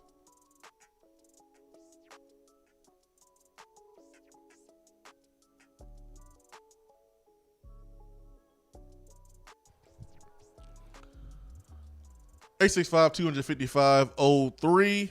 Swain Event fueled by Daddy and Barbecue. We'll go to the text box this morning. WNC Vol says, mentioning quarterback, I have heard Dobbs was a poor practice player, but very good when in game. True or not? I wouldn't call him a poor practice player. I would just say he played at a higher level than he practiced earlier in his career. So, like, 2014, his play when he played was better than practice. Now, as he got older, it started to even itself out, and you start to see what he was doing in practice in the games, and vice versa. So, now I don't want to make it seem like he was just a terrible practice player, that he went out there and was like Houdini in the games. No, I mean, you create your habits in practice, but he was a lot better of a player in the games around that 14 time, and then he started to see that consistency with practice in the games as he got a little bit older. So, let's see here. Fake Bob Kessler says, good morning, fellow Vol fans. Quick question. I don't really see a running back getting over 1,000 yards because of how many guys that will be rotating in and out. But do you see us having a 1,000-yard wide receiver this season?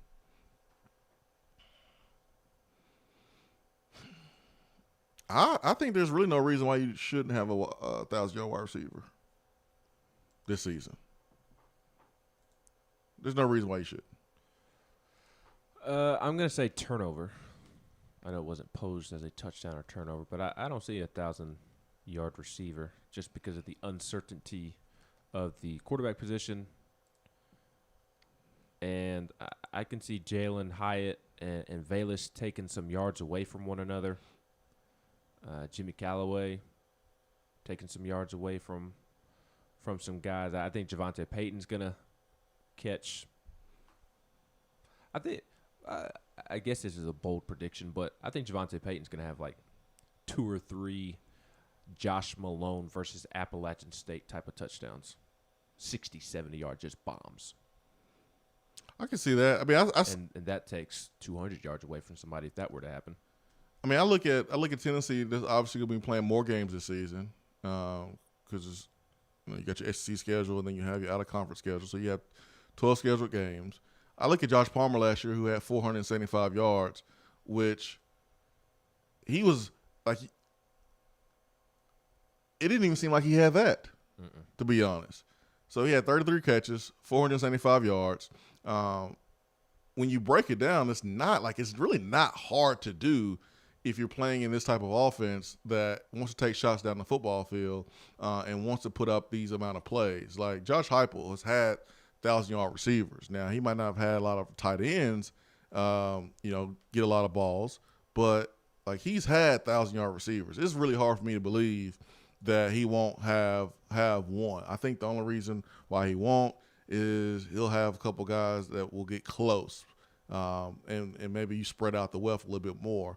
But it's just hard for me to believe, man, with all the attempts that's going to be down the football field, that you're not going to have a 1,000-yard receiver. I mean, last year he had one 1,000-yard receiver, and then the second leading receiver had 979.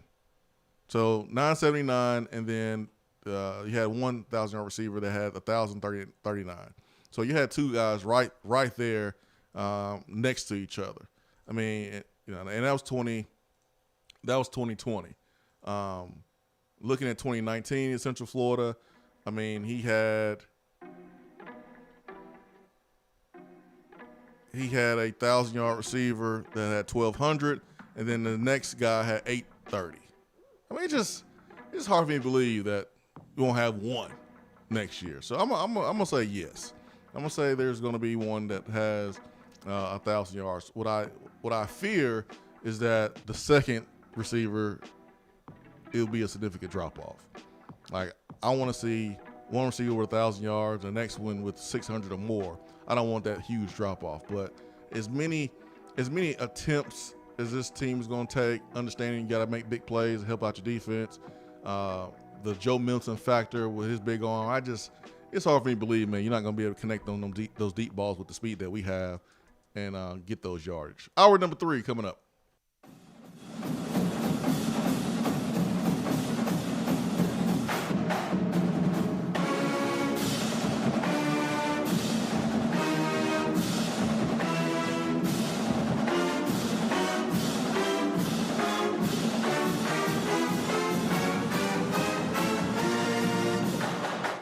Hour 3 of the Swain event is brought to you by the Low T Center and lowtcenter.com. Do you know your numbers? Feel like you again. Let us help. Guys, your health right now is more important than ever. I recommend Low T Center. That's where I get my levels checked. It all starts with the annual wellness exam where they do a comprehensive health assessment exclusively for men, making it quick and easy to take care of your health. And now they offer monitored self-inject at-home testosterone treatment. Most insurance is accepted. Go to lowtcenter.com now to book your appointment and make your health a priority. Low T Center, reinventing men's healthcare.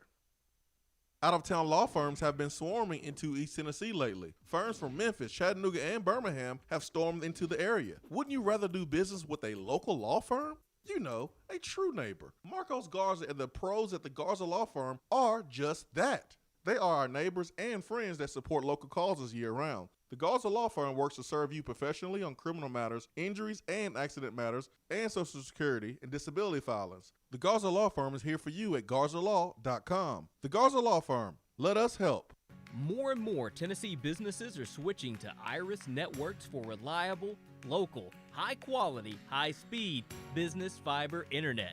Iris provides direct internet access from 10 megs to 10 gigs with no payments for 90 days. Iris also offers next-generation business phones with work from anywhere capability from the mobile or laptop app. With local sales, support, and service, Iris is a partner in the community. Learn more at irisnetworkusa.com or call 865-448-IRIS. Iris Networks, a Tennessee business connecting Tennessee businesses. Hour 3 of the Swain event is brought to you by the Low T Center and lowtcenter.com. Do you know your numbers? Feel like you again. Let us help.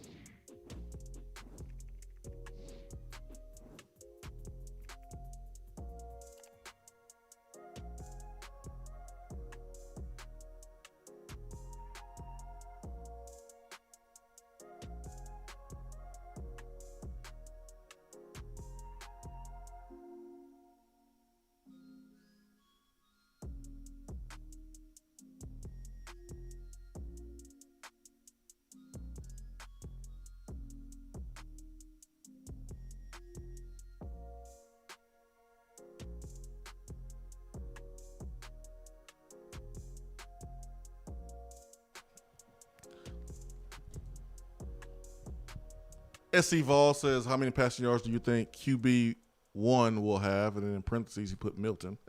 I don't know. I don't know. You know, will QB1 stay healthy? Will QB1 play well enough to not be replaced? I mean, you go and you look at what Heupel's quarterbacks have done, previously. You know, Dylan Gabriel dropped, 3,600 yards in 2019 and 2020. He throws for 3,570, so right at 3,600 yards. But a lot goes into that too. So it's hard for me to sit here and predict how many passing yards QB1, aka Joe Milton, according to SC Vol, will have. It's hard to predict the total passing yards for the team too. I think you're going to see balance. You're going to see balance. You're not going to sit there and air it out all day long. I think because of the system, more than the quarterback itself, just as we look at it, and we'll see what happens, as fall camp progresses along and we start seeing some games. But my stance is that I think the system is going to produce a lot of opportunities for guys to pass some stats. I remember in 2017, I was telling Ben this kind of during the break, is Lucas Taylor was a 1,000-yard wide receiver in the SEC and never really got a serious sniff in the NFL, which is crazy when you think about a 1,000-yard receiver in the SEC. That should mean NFL, but it just didn't happen. Lucas was a damn good player, fast, strong, great mentality, worked his butt off. But he was fed that pill, man. He was fed that pill because he played the same position that Meach did in that David Cutcliffe offense, which is kind of the same concepts that Randy Sanders ran, and that flanker receiver, the X receiver, they get fed. Dante Stallworth played it. Him and Kelly kind of rotated in and out. They both could play it. I remember when Chris Hannon was here. He played the X position. Meacham played the X position. It's that position in the Cutcliffe Sanders offense just got more opportunities. It was a shorter throw. So you go and you see some of the video clips on Twitter. You see Meacham versus Kyle, where he's taking hitches to the house. Well, short side of the field, it's a short throw. So you take it. So you get more opportunities in that position. So sometimes the system and the offense can really help a player pad those stats. And I think with this offensive system, the speed between snaps, getting the ball out quick, fast, at times. There's so many times you got to go down the football field. But I just think our receivers are going to get more opportunities. And it don't take much, man. Because I remember we would sit down and as a receiver group, Trooper Taylor, and our goal was to go for 1,000 yards. And that was something that we worked towards during the summer. We always talked about it. And this is why we were dog cussed for running out of bounds unless we were trying to stop the clock. He would always say, what's the difference between 999 and 1,000? He would say 1 yard. So you fight for every yard that you can get. And we broke down like how it was possible to have multiple 1,000-yard receivers in our room, and that was our goal. We're talking like 70, 80 something yards a game, averaging. Here and there you may have a big game, but it's really not that hard to get a 1,000-yard receiver if you are getting some consistent, quarterback play. It don't have to be game changing. It don't have to be Heisman worthy, but man, you get some solid quarterback play, get some balance, man. You can have a receiver go for 1,000 yards, especially a guy that has some speed to him and some ability to make guys miss like a Velus Jones. But you gotta stay healthy. I think that's the main component here. Being healthy. Brandon B says, do y'all think we will have a 1,000-yard receiver or 1,000-yard rusher? I'm gonna go receiver over the rusher? I say neither. I don't have confidence in the quarterback position to open up either position to get to 1,000. If we revisit this conversation at the end of the month, then Joe Milton has stepped up and looks great and looks like he's primed for a big season, then my tune would change. Or if Hendon Hooker or Harrison Bailey, if either of those two step up and take the bull by the horns and look primed for a big season, my tune will change. I kind of think you're underselling 1,000 yards. Obviously, you would know better than me, but Tennessee's only had two 1,000-yard receivers since 2010, and it was two elite receivers in Justin Hunter and Derrick Rogers. We've had a couple of guys come close. Juwan Jennings, 19, had 969. Malone came close one year with 972. There was another receiver that came close with 900 as well, 981 for Denarius Moore in 2010. So, like I said, you know better than me, but I kind of think you're underselling the accomplishment of getting to 1,000 yards. I think it's tough to do in this league, and I agree. It ain't easy. It ain't easy. I know. I didn't think you were. And I completely agree with what you're saying about the system being very beneficial to the receivers. I think we've been talking about that since Josh Heupel got the job, and I've asked current receivers on Tennessee's team, and media availability is about just kind of the dream of playing in this offense as a receiver, because it is very receiver friendly.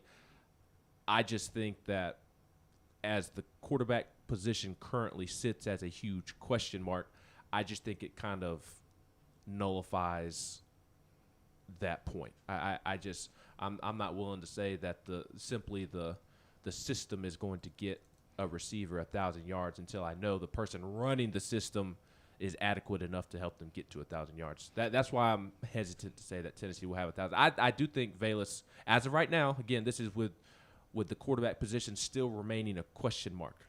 That's based off my current answer. I do think Velus gets close.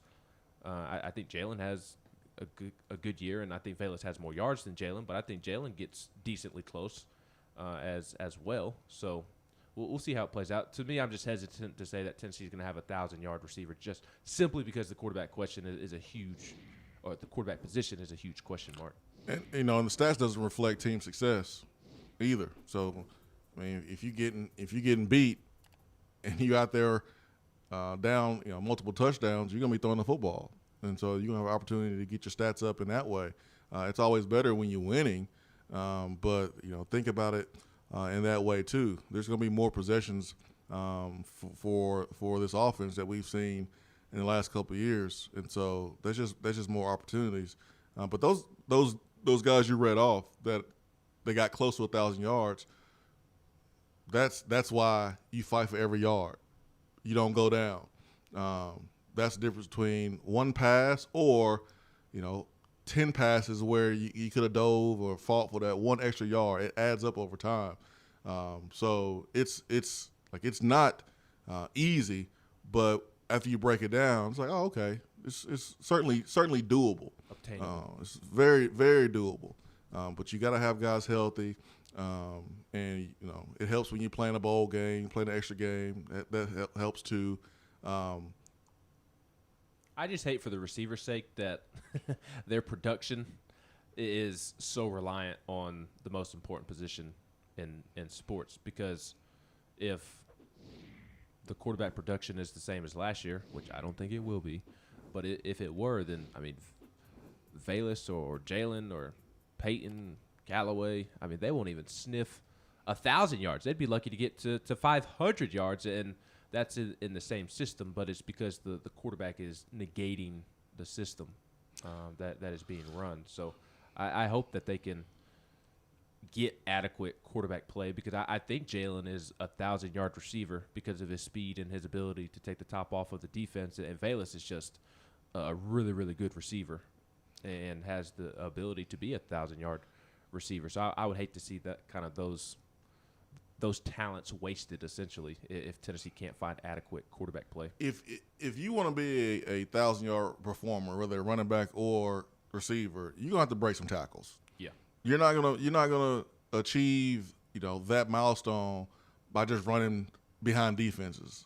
Jalen's not going to be able to do that and get 1,000 yards. If he wants to hit that milestone, it's going to be broken tackles. Meacham got over 1,000 yards. It was broken tackles. It was a yak. Jawan Jennings got really close. And Jawan, that I can remember, didn't beat anybody deep over the top like that. He got close to 1,000. 969, and it is because of the broken tackles. Exactly. So that's the yardage that is hidden in there that you have to consider if you want to hit that milestone. But can Jalen break tackles? I mean, could he kind of make – I don't think anybody looks at him and thinks, oh, yeah, he's going to break tackles. I look at him as kind of a Deshaun Jackson of being able to get the 1,000 yards because he just outruns everybody and just catches the deep ball and runs it in. Well, I mean, that's part of his game that he's going to show that he can do. Which you still get yak off of. It's just not by breaking tackles. Like Velus can break tackles. Well, those deep passes, man, are the lowest percentage throws on the football field. So, yeah, like you want to take shots, and it's great when they work out, but the percentages say that they won't most of the time. So knowing that, you got to be able to take a hitch route that's a 5-yard play and go get 12. You have to be able to take a curl route, catch that thing at 14 yards, and then go get 23. Like, that's what you have to do. It's those yards to add up because you're getting yards after the catch. You know, that's what Dante Stallworth did. Yeah, he caught some bombs, but you got to be able to break tackles too. About the running backs, because this is interesting. When Alex Goldis was talking about the running back position, and like he mentioned Jabari Small, and like was kind of struggling to mention anyone else. Well, yeah, there's a lot of guys playing running back, but just from Goldish's comments, who else is he going to trust? And then he also mentioned playing 4 or 5 guys. But if Jabari Small is getting those reps, and that rotation is real short, and he's healthy, I mean, hey, I can see him, getting close. But I think it all comes down to health for the main part, because it's a week 1 to week 12 accomplishment. You got to be healthy. And listen, up until the Georgia game, Meacham and myself led the country, and it's a duo. And yeah, Meacham had a big game against Kyle, big yardage. A lot of it was on him, but he had over 200. Yeah, he had 200 yards in that game. So, and yards, and I think it was yards, receptions, and touchdowns. I think we were leading the country. Shout out to Cal for running their mouth that summer as a duo. But what stopped that is I got hurt. I got hurt in the Georgia game. It was a wrap. So I got hurt, and I wasn't myself for about I wasn't myself for the rest of the season. Did his production suffer when you got hurt? Because I also a little bit. How much of that will play in a little bit to Tennessee potentially having a 1,000-yard receiver is Velus being productive so he can open up things for Jalen, and then Jalen being productive so he can open up things for Velus, so that teams can't key in on just one guy. But you got throwing Callaway in there, man. I like Callaway. He's coming. Yeah, he's coming. Oh, he is for sure. So yeah, I mean it affected a little bit, but Beach still was great. But it does help when you have someone on the other side that you have to think about as a defense. All right, let's get to the phones. We've got Justin from Florida. Justin, good morning. Hey, good morning, gentlemen. What's up, man? Good, man. How are you? Hey, good. This is actually a really interesting topic because I had called in before and was saying that Tennessee really needed to find themselves as 1,000-yard receiver, and I would probably say my money's on Velus, and that's not to take away from any of the other wide receivers. And Swain, I know I'm talking about a topic that you know way more than most people about, but as far as breaking the tackles, from what I've seen the last couple of years, is it more about breaking tackles or being super elusive in sort of a tight space? Because you look at some of the guys that went over 1,000 yards the last couple of years, they weren't the bigger guys. They weren't, running through arms and stuff like that. I mean, they were just really, really difficult to get a hand on, like a Devonta Smith, like who is that kid from Ole Miss? Elijah Moore. Oh, thank you. Elijah Moore. I mean, one thing I saw about those guys, if you were able to, get your hands on them, they were fairly easy to bring down, but man, it was getting your hands on them that was tough. Do you think the college game has kind of morphed a little bit? I mean, you look at our recruiting class, Justin. I mean, you get and that's where I'm going with it. I mean, you look at a lot of these guys, and I'm excited about some of these guys that like a Squirrel White. I mean, that boy. Ooh, good luck trying to track him down if he's got 3 feet of open space, because I don't think you're going to get a hand on him. I mean, he is so quick, and those first. I mean, he's 2 steps and up to full speed. Man, we'll be lucky to keep him. Change direction on a dime. Yeah. I mean, that those are things you can't teach, and I've seen us over the last probably 2-3 recruiting classes bring more guys in like that versus like a Juwan Jennings type body where he's going to bounce off some guys, he's going to run through some tackles and pick up an extra 40-50 yards. I mean, both can be effective. I've seen a lot of those guys up for the Blitnikoff Award, and they're like those really, really quick, really elusive type guys. So I just wanted to get your thoughts on that, see if it's kind of, transitioned to a little bit different type game. Yeah, because like you get a couple bubble screens. I mean, you get let's say you get one big catch, one explosive play, and let's say it's 30 yards. All right, 30. Let's say you get a 30-yard catch, and then after that you get a couple hitches, you get a couple bubble screens. Before you know it, man, you up to 70 yards. You only need to average 83 yards per game for 12 games to be a 1,000-yard receiver. Like, when you break it down that way, it's not terribly hard to get, but it's not easy. Again, the thing is about the staying healthy and the consistency. But you don't need to go bust a 300-yard game, 200-yard game here and there. Obviously, that makes it a whole lot easier. But if you're just steady, 83 yards per game will get you 1,000 yards. And you're talking one big explosive play, and then the other catches, you got to get yak. And you mentioned Velus Jones. He's strong enough to where if he gets tackled, he's going to fall forward and get that extra yards. Mm-hmm. He's slippery, where you're not going to get a straight-up hit on him. Remember, he's a punt return, kick return guy. So guys like that, they always find a way to get an extra 1 and 2 yards here and there. But then you compound that over time, man, that's an extra 100 yards during the season. And that's the difference between going for 1,000 and going for 900.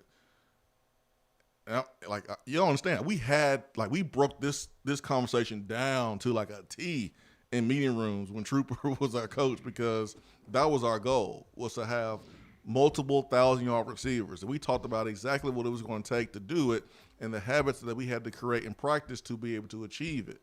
And that is not catching the ball in practice and just, all right, I caught it, and run back to the huddle. It was like catching it and sprinting up the field, 20 yards, or pretending like you're making a move on the defender, even though there wasn't one there, because in the games, that was what you had to do to get to that milestone. You had to break tackles. You had to get that yak yardage, because it's not a high percentage play to just throw deep balls.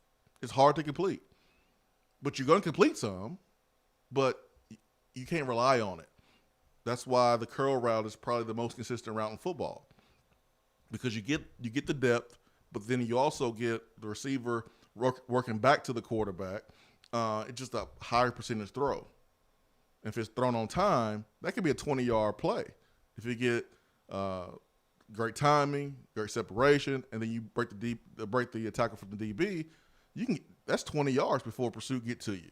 So it's certainly doable, but you have to be consistent and be healthy for the season for it to happen. But yeah, Jabari Small, was kind of talking a little bit about him before Justin called in. If he stays healthy and he's getting majority of those reps just based on what Alex Gollers said, before the start of fall camp. Anything can change when scrimmage comes around, or when the games come around. But man, it don't sound like there's 4 or 5 guys truly in the rotation. I think they have the potential to have 4 guys, in my opinion. And Gollers said the ideal scenario is to have 3 or 4 going into a game, and then a 5th that is contributing on special teams. And I think they know they have one in Jabari Small, and even Jabari Small has a lot to prove this year because he was a 3rd-string guy last year. He hasn't been the guy, so even he has a lot to prove. But Tyon Evans is a question mark because he didn't really go through spring. Jalen Wright's a question mark because he's a freshman. D. Beckwith is a question mark because he hasn't done anything yet. Yep. Laneith Whitehead, question mark because he's been hurt. Yep. T. Hodge, question mark because he hasn't done anything yet. Been hurt. So there's potential in that room. There's just a lot of question marks because nobody's done anything. Yeah. I think for this team to do what we hope they can do, and that is kind of maximize their efforts and do more with less. We understand the offense is going to have to hold up the defense, right? And I think for the offense to do that, I think it's going to be hard for the offense to achieve that if they don't have some guys hitting 4 figures, either receiver or running back. I think you got to have one of those guys hitting that milestone. It's really hard to spread the wealth like that when your defense is put in the bind the way it's going to be, with this uncertainty at certain positions on offense. We got some players that can make some plays, but I don't know if it's like LSU where you was able to spread the wealth when Joe Burrow was there. We ain't that prolific yet on offense. Maybe here in a couple of years. Hour 3, powered by Low T Center and lowtcenter.com. Be right back.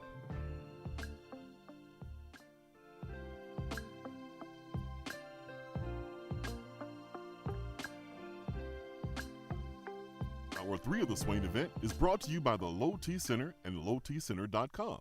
Do you know your numbers? Feel like you again. Let us help. It's a new season, which means it's time to rep your team in new ways with gear from Game Time Sidekicks. Rep the Vols with every sip with a new tie-dye tumbler or bottle. They also have a new NFL Players Association product line, so you can support your favorite VFL on Sundays. Want to put your own flair on a tumbler? Game Time Sidekicks has you covered with options to add your own text or even a monogram on the back of your favorite team tumbler. To check out everything that Game Time Sidekicks has to offer, go to GameTimeSidekicks.com. Carry your team with Game Time Sidekicks. Is that as low as you can go? Okay, thank you. Hello, is that as low as you can go? Okay, thank you. What are you doing? Calling around to get the best rate on a car loan. Why? Everyone knows Alcoa 10 is the best choice to purchase a vehicle or refinance your current loan. And with low interest rates and 90 days to your first payment, it's a no-brainer. You can even apply online and sign all the documents from the convenience of your home. Yeah, I don't know what I was thinking. Alcoa 10 Credit Union. It's so easy. Go to atfcu.com for details. Rates are dependent on credit score and equal housing lender. When you start your own business, you know that branding can make or break a new venture. That's why Swain Event relies on 42nd Street.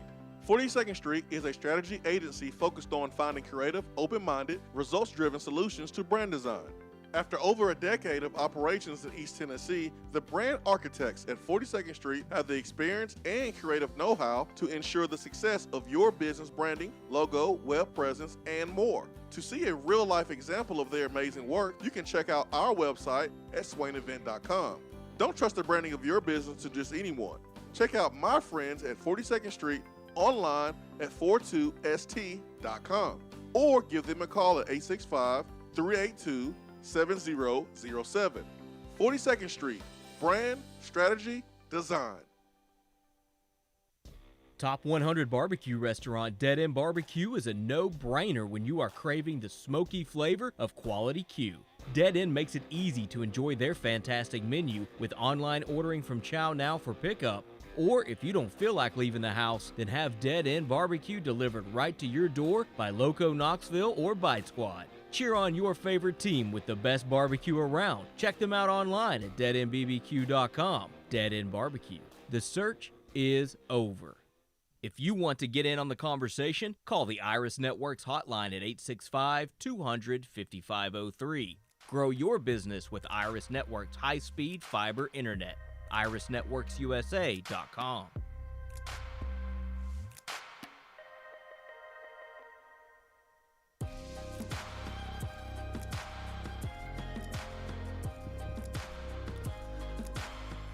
Swain Event fueled by Dead End Barbecue. Hour 3 is powered by Low T Center and lowtcenter.com.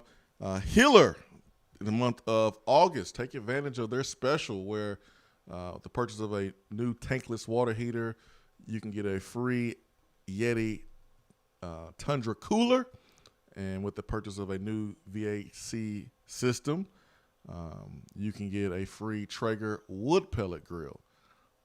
865-255-03. Happy you'll be, or the service is free. happyhealer.com. Let me go back to the text box. Brad says, listen to Hypo has me fired up. We're going to surprise people this year. I enjoy watching Hypo talk to his players. I will say that. Rodney says, so that's why we took the receiver from Arkansas yesterday. You don't think White will end up staying? No, I think Squirrel White is rated lower than he should be, and I think he's a player that if Tennessee is able to sign, it might be like the biggest recruiting win of the class, because you're going to have some teams come in late, and there's a possibility Alabama can come in. Mm-hmm. You know, Alabama, sees him as potentially, a Devontae Smith. He's smaller, but he's quick, shifty, and he plays tough. He's not number one on their board right now, but, we've seen Georgia. Georgia's taking some 3-stars, man, lately. So you miss out a couple guys that want to go somewhere else. You work down the board, and you get to him, and, you make him an offer.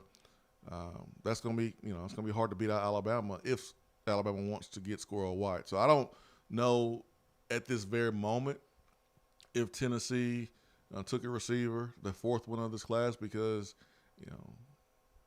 they're expecting a decommitment at any time. Yeah, that's not why they took him. Yeah, I mean, it's something to monitor Squirrel White, but that's not why they took Nimrod from Arkansas. They took him because they legitimately like him. He can run.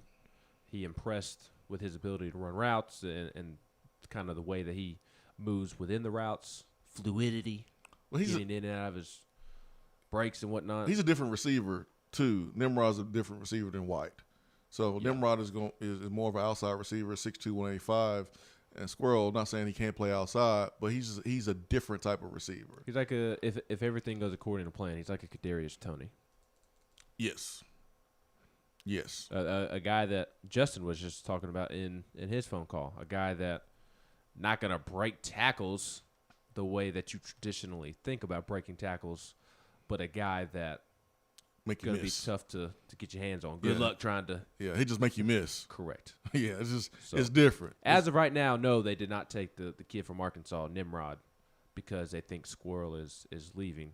They legitimately like Nimrod and what he brings to the table. But on a separate conversation, on a separate note, Squirrel will be one to watch up until signing day, just because he is vastly underranked. And I mean, he almost received a committable offer from Alabama in the first place, or he doesn't have an Alabama offer, but he almost received it before he committed to Tennessee because he was at an Alabama camp and impressed. And not only did he impress, but I mean, he looked better than guys that were ranked 5 stars at the Alabama camp. So he's going to be one that he's going to sweat out until signing day. But no, that's not why they took Nimrod.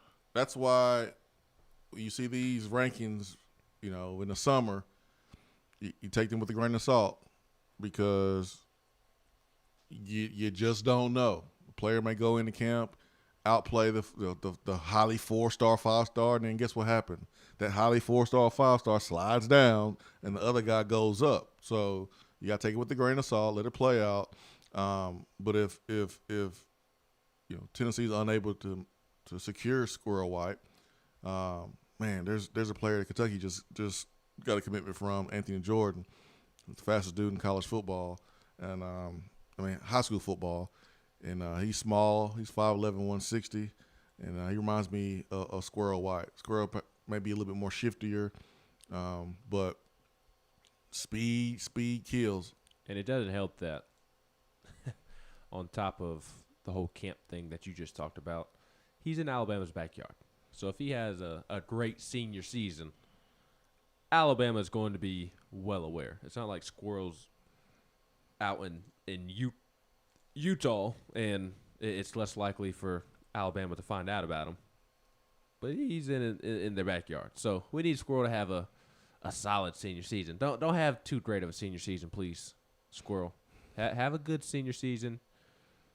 Score a couple touchdowns here or there, but don't score too many touchdowns. Yeah, man. You're right. ATL VFL says Squirrel will be breaking ankles, not tackles. I mean, technically, that's breaking tackles, man. I mean, you break ankles, and instead of a tackler getting their whole body on you, being able to square you up, you change the angle and they just get an arm on you, you can break that tackle. That's technically the same thing. So it's just a different type of tackle breaking. Like Jawan Jennings, he run you over. He run through tackles.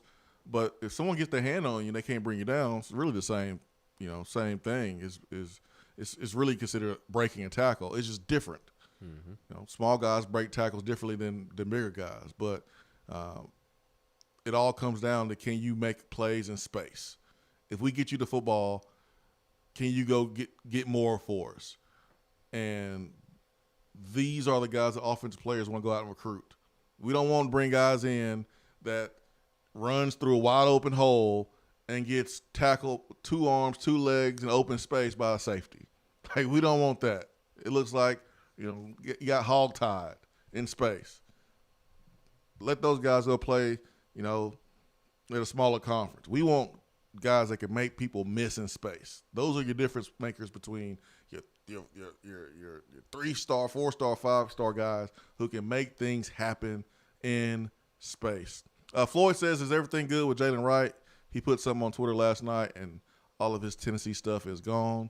Yeah, he had an interesting tweet last night. I have not heard anything personally, and he deleted the tweet from last night. What was it? I honestly can't remember to even paraphrase. You homesick or something? Possibly, but I didn't get that vibe from it. It was something about something being worked out. Hope we can work it out, or I don't know, something like that. Okay. 2021, man. Whew. Manning had 3 of the 8,000-yard receivers. Everybody's eating with Peyton. Mm-hmm. And he says 3 of the 8. The other McKee does, because he had a different message saying that Tennessee has only had 8 1,000-yard receivers in our history, and that Manning had 3 of the 8. Yeah, we did have. What is history? And I know you mentioned it earlier, and then other McKee's bringing it up. The history is great to mention, but when in history have they ran an offense like this that's going to try to put up 80 plays per game too? So you got to throw that in there as well, and then go look at all the 900-yard receivers, and it's really easy to be at 950. 1,000, it comes down to a couple yards in a couple games, and before you know it, you are you hit that milestone. So I know on paper it says only 8,000-yard receivers, but I'm telling you, man, You go look at those 900-yard receivers that we've had in Tennessee's history. We're talking like maybe 2 catches away from being 1,000 yards. So it's really doable, even though it's not like we produce them every single year here at Tennessee. You have an offense that you go look at Heupel in the last couple of years at Central Florida. He's almost had 2,000-yard receivers per season. So I expect to see that here. Like, I expect to see a 1,000-yard receiver more frequently under Heupel here at Tennessee than previous offenses under, here at Tennessee. That's just what I expect. Yes, but this season, going up against SEC corners, not AAC corners, he had productive quarterbacks at UCF. Is Tennessee going to have a quarterback that allows Velus and Jalen to take advantage of their talent? We'll see. Yeah, we'll Something see. to monitor. We did have 2 really good, I thought, receiver questions for you on the text box that I want to make sure we bring up. The first one is from the Queen, Jennifer Morris. Get at her if you need to find a home. She was awesome for me and my wife. So get at Fountain City Realtor on Twitter if you need a home. But she asked about Josh Smith and says that she wish Josh Smith could have played in this new offense and that she never understood why he was so underutilized. Maybe you could shed some light. Because he was always hurt. Yes. I really like Josh Smith. I hated that he couldn't stay healthy. Josh Smith had the tools. I think he could have played in the NFL. Yeah, he could have if he was healthy, because he was freakishly athletic. He had the speed down the football field, but his thing was just injuries. I mean, I look at a guy like Braxton Berrios, who I had a chance to work with when he was in high school. He went to Miami. He's from North Carolina, went to Miami. Tennessee was on him real hard, and he played with the Jets. I think he still plays with the Jets, but Josh Smith reminds me a little bit of Braxton Berrios, man. Just really athletic, shifty, got the speed down the field, good hands. But the only difference is one remained healthy and the other one didn't. So I don't think Josh Smith was underutilized. I think it's hard when you have a player that's not 100%. So that was what happened with Josh Smith, man. And then the other question is from John K. We had a conversation and you had a dialogue back in the spring about maybe this offense not preparing receivers well for the NFL. And John K. wants to know if you kind of still have that same potential thought, and do you see that hurting Tennessee on the recruiting trail? No, I still have that thought. I think anytime you run a system like this, and we had a question yesterday. Someone asked, "Do I think this offense is gimmicky?" And I don't even know how to answer that. Like, if you're successful on offense and it works, it's just I don't call it gimmicky. It's just what you do. There's just different ways of skinning a cat. So no, I wouldn't call offense gimmicky. But a question that I did have when Heupel was hired and we start thinking about his offenses is, will those receivers be prepared to play at the next level? Now you're going to get your balls, you're going to get your opportunities, and you're still going to get yourself drafted if you ball out. Like, that was a big question with Mike Williams coming out of Clemson. Before Clemson went on this run with wide receivers recently, and you had Sammy Watkins, you had DeAndre Hopkins, but I remember Mike Williams was questioning him because in that system they ran, he didn't run like the complete route tree. But you proved that at Pro Day. You proved that at the Combine. You may not be asked to run a pro-style route tree in college. You just have to make sure that when you're asked to do it, you can show that you can do it. It's no different than a quarterback that plays in a, like an RG3 who played at that, in that Baylor offense. And you question, okay, does this game translate to the next level? Well, you have the Pro Day, you have Combine to prove that. When they take you through the drills, when they do, drops from under center, when they do play action, workouts with you and you show that you can do play action pass, you have to prove it then. The film during the season may not show that you can do that because that's just not what you do in your offense. So that doesn't mean that it's going to help Tennessee recruit receivers down the road. If receivers are being productive, I think more than anything that's going to attract receivers for sure. It would get my attention. I mean, if I see 2-3 guys getting over 500 yards in one season, I'm seeing the ball being in the air and big plays being made on offense, it's going to get my attention. And that's really all you ask for if you're Tennessee. You want to get people's attention, and then when you recruit them, you have those conversations about how we can help you get to your goal and get to the NFL.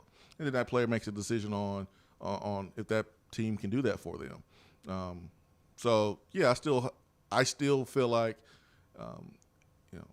more of a pro style offense, more of a spread offense that has more pro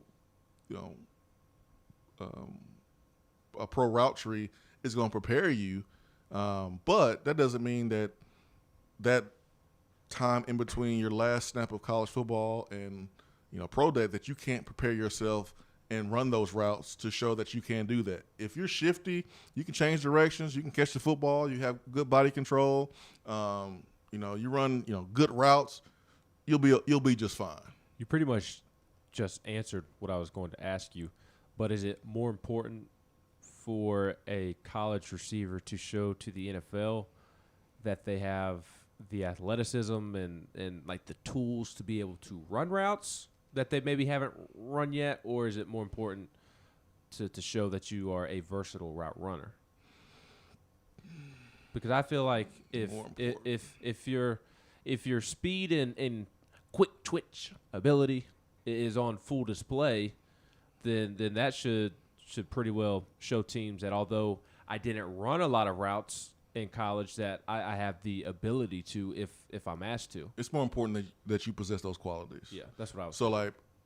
like, this name may be sensitive name for you, Ben, but Demaryius Thomas came out of Georgia Tech. Calvin Johnson, Thomas. Georgia Tech. And both of those receivers came out of Georgia Tech at the time when they went wing T. And I remember Georgia Tech tried to throw a little shade out there talking about no other schools had first round receivers back to back, something like that. And it wasn't because they was feeding the receivers the ball. It's because those guys were freaks. Yeah. They were just freaks. And when they ran routes at the pro day and when receiver coaches took them through the NFL route tree, they ran the route tree. So you don't have to go for 1,000 yards in college. You don't have to, get 150 receptions for the NFL to see you. You just have to be able to display speed, quickness. You better have some good hands. You better love football. You better be tough because you're going to get your opportunity at pro day and the combine to show that you can do that. But it's nice that, it's nice if you put up big plays and get the ball in college. That's nice, but it's not necessary for you to play at the next level. They'll find you at Georgia Tech. They'll find you at Oregon. They'll find you at Tennessee in this hyper offense. Heck, they'll find you. Steelers' best receiver right now, Deontay Johnson. They found him at Toledo. Yep. If you ask me my preference, my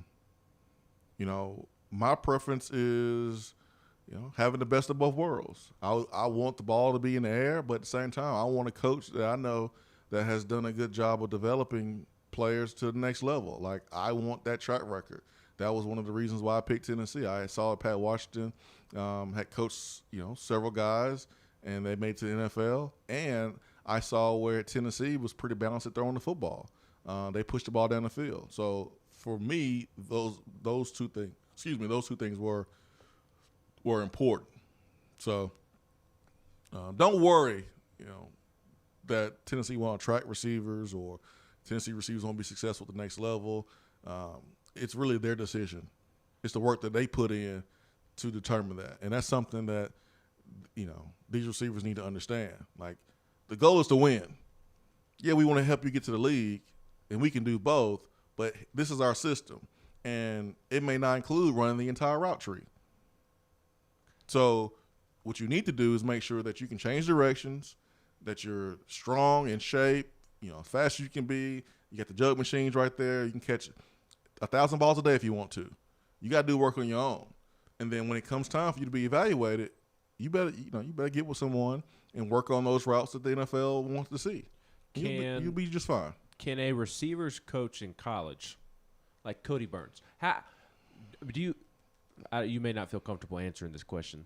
All right, dear Aval. No, it's not anything like that. But you just may not know the answer because we haven't seen this offense really in a game here yet. Do you have a guesstimation of like how many routes like this offense actually runs? No. Even if I go to practice for all 3 hours on Saturday, I'm not going to know because they're just going to be in helmets. Right. Well, they're in shells now at least. Yeah. Well, I still ain't going to know because they ain't in full pads. Correct. I think watching a couple of scrimmages, you can have a kind of an understanding of what kind of routes they're going to run in the route tree. There's just so many. There's so many routes that you can do. And I don't know if any school utilizes the entire route tree because you don't have all the time like pro players do. I mean, you see a lot of stop and goes, a lot of whip routes, change of directions. I mean, you see a lot of that stuff because you got the time to work on it. And college, you don't. So sometimes you see routes just not even being ran. And it depends on the system too. Like the way you run curl routes in one offense is different than you run a curl route in another offense. Some teams don't even run comeback routes because they just feel like the curl is basically the same thing, and the comeback route, is just you rather have the receiver coming back inside rather than turning their back and coming back on the outside. So some guys don't even run comebacks. Yep. So it just really depends, Ben. I think after watching some scrimmages, I think I'll be able to answer that question. But I'm not expecting Tennessee to be able to run all the route tree because you're going fast. Yeah. You've heard little whispers like, "Hey, man, they run like a few plays. They run like a few plays. Hypo runs 3 plays. He runs a few plays, and that's fine. Like you still got to stop it, though. Yep. And so that's where the gimmicky comes from. I mean, because you're not doing a ton like a traditional offense. Well, and I asked that question because I was going to ask that question to lead into my main question is like, can a receivers coach at this level coach up a receiver well enough to get to the next level? You made that comment a moment ago. Yes. Within just a couple of routes. Yes, because and this is what Cody Burns, that's all he needs to do. It doesn't matter what route tree we're going to run. Doesn't matter what offense we're going to run. It's really about the habits that you help a player create.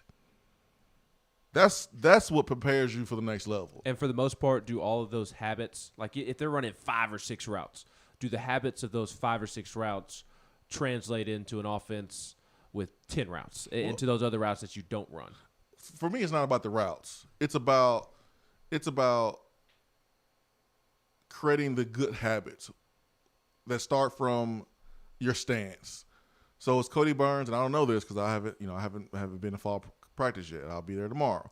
But when someone false steps on their first step, does Cody take them and like correct it right then? Because if you don't and you allow a receiver to have bad habits and they play 3 years with bad habits, then they go to the NFL and they're so used to taking a false step, they're making it harder on themselves to be able to attack the cushion of a DB. Also, do you see a receiver catch the ball and overemphasize catching the ball and looking it all the way into the tuck? Do you see a receiver when he catches the ball, whether it's someone guarding him or not, it's a habit for him to catch the ball, make a move, and get upfield, sprint 15, 20 yards. Like, it's about creating those type of habits, blocking, playing fast, playing to the whistle. Like, I think they already have those habits. Like the technique part, like, yeah, that's important too. But it's really about the habits, man, that I think helped Meacham turn into an NFL wide receiver because he wasn't one in 14. He wasn't one in 15. He became one in 16. You mean 04, 05, 06? Yeah, excuse me. 04, 05, he wasn't one. And then 06, he became one, not because the information was different, but because the demand from Trooper, and he harped on those habits every single day. He just didn't let stuff fly. He just demanded a lot of them.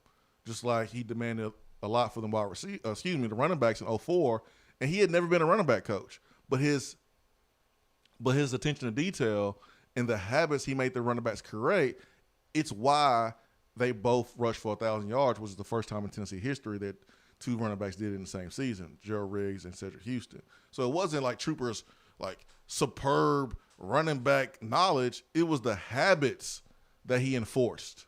So that's what Cody Burns will need to be really good at. And if he does that, man, receiver can can run half of the route tree at Tennessee, but when he's asked to run it at Pro Day and the Combine, he'll be able to do it. I haven't no problem doing it. I haven't seen him pull guys aside individually, which I don't. You can speak to this better. I don't know if you can do that during practice because everything is so regiment based and everything's on schedule, and you've got 5 minutes to work on this. He's talking the whole time. I told you yesterday that I heard him get on to Jimmy Holiday about being too robotic coming out of his stance. So he's definitely chirping at the guys consistently. I haven't seen him pull somebody to the side. But, again, I don't know that you can afford to do that during practice. I saw it in the spring. Yes. Because in the spring you can afford to do that. Right now, don't know that you really have time. But the offense as a whole, I think they either already had that habit of, like, running 20 extra yards downfield, running through the whistle, getting up and going at a quick pace.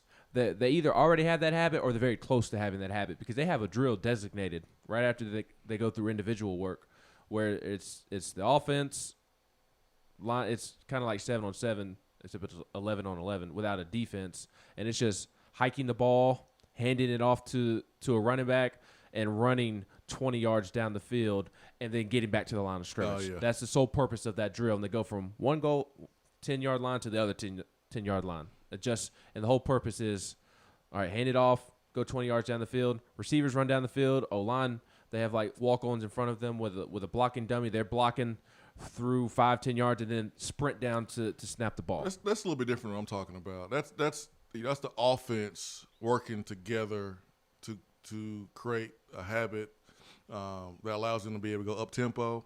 Mm-hmm. I'm talking more about a receiver coach in individual drills, in one-on-ones and 7-on-7 throughout the duration of practice, making sure that that you're harping on the small details, which cannot be really harped on during that time because that's a team period. Mm-hmm. But in individual periods, that's when you really have the time to say, all right, man, this is a false step, or hey, get your hand placement here, or hey, the ball is below your waist, so you need to have thumbs up rather than thumbs down. Like Cody Burns' consistency in making sure that guys create and maintain good habits. That's what's going to help guys be able to be prepared at the next level. More than saying, all right, we run the same route tree as the Denver Broncos. We run the same route tree as the New York Jets. I just think it matters more that you're able to change directions, that you're able to play tough, play hard, have great habits when the ball's in your hand, making guys miss, things like that. That's going to help guys be prepared for the next level more than just running exactly what the NFL teams run. Who we got? Rusty, send us away, man, on a good note, Rusty. Hey, I just was loving the conversation you guys were talking about, and it got me thinking about things I saw watching video of UCF. Tried to watch a lot of YouTube clips of what they do and what their ideas and their concepts. And the thing I noticed a ton about this offense, and I don't know if you guys can speak to it, but it seems like all their ideas in the passing game, there's counters to everything they do. One specific was they kept running on one side of the field, two receivers that were crossing, and one was running basically a wheel, and the other one's running a shallow post. And forcing the defenders to make decisions on when they're going, and then they've set them up with it a couple times, and then they show that same thing, and the inside receiver doesn't actually run the wheel. He comes back to the middle, and he's wide open because the defenders were going the defenders were going the wrong way because they had set them up with different things. And the counters, that idea is, haven't seen a whole lot of that except watching that UCF offense, and I'm sure other teams do it, but I thought it was really interesting the ideas they have in the passing game. Yeah, for sure, man. It has to be simplified, man. It has to be simplified because you're going so fast. So, there's no way that you can have a complex playbook and go that fast. I got a couple examples. So, like, even in basketball, like players that play at Syracuse, all you do is play in the 2-3 zone. So if you're an NBA scout, you're like, can this guy play man-to-man defense? Because we don't play zone in NBA. It's a rarity you see zone in NBA. So because a player may ball out at Syracuse offensively, you have a question about his defensive abilities. Well, he has to show in the pro days and the combines and the individual workouts that he can play man-to-man. You may not see it at Syracuse, but you have to be able to evaluate and show that. How about when Alex Smith was quarterback at Utah in Urban Meyer's system, or Tim Tebow in Urban Meyer's system, or any quarterback at Ohio State? Like, you have a system that you play in, and that is to win. But then you have to show that you possess the qualities physically that translate to NFL. And that's a time for that. That is between your last day of college football to the moment the draft. You have all that time to prove that, all right, I do have the skills. They just was not used at the school I was playing at because we were trying to win games. But I possess those skills. You have to show. Same thing with high schoolers coming to college. Kavaris Crouch was an all-state running back, but Pruitt saw ability in him to play linebacker, or tools that he possessed that he thought he could play linebacker. Alontae Taylor played quarterback, receiver in high school, wanted to play receiver at Tennessee, but Pruitt saw tools that could translate to being a corner. Jimmy Callaway, last year was his first year playing receiver, played quarterback in high school. Pruitt and his staff saw the athletic ability, the speed, the quick twitch to be able to put him at receiver. So it happens going from high school to college as well. It does. You just have to adjust and show that you can do it. I'll be lying, man. The fact that I played played receiver 4 years in high school, it helped me be prepared day one in Tennessee. I'm not going to even lie. And I had an advantage over some of the other guys that played different positions. So, but I don't think this offense is going to hurt wide receivers' ability to get themselves drafted just because we don't run the same route tree as maybe other programs. So that's the main point here. Got practice tomorrow, got practice today, and then Sunday they take some time off and back at it next week. I'm looking forward to seeing a little bit more of contact, because shoulder pads you can thud, you can hit without taking guys to the ground. So we'll see some more contact being made. I'll be at practice tomorrow. There's a nice long practice schedule, is what I understand. It is close to the media, but I'll just be a foreign player for tomorrow. I won't be media. You going to practice tomorrow? Yeah, I've been saying it all show. Well, I know, that's my point. I didn't hear you the first 57 times you said it. Yeah, man. Yeah, I want to let you know I'm going to practice, man. I'm going to practice. I'm going to see what's going on, man. Different perspective. I'll have a little bit for everybody on Monday. And then you're going to come over to my home and help me paint, right? Swain Event, fueled by Dead End Barbecue. That is our time for today. Live here from the Low T Center studio. We hope you have a great weekend. For Ben McKee, I'm Jason Swain. Peace and love. We are out.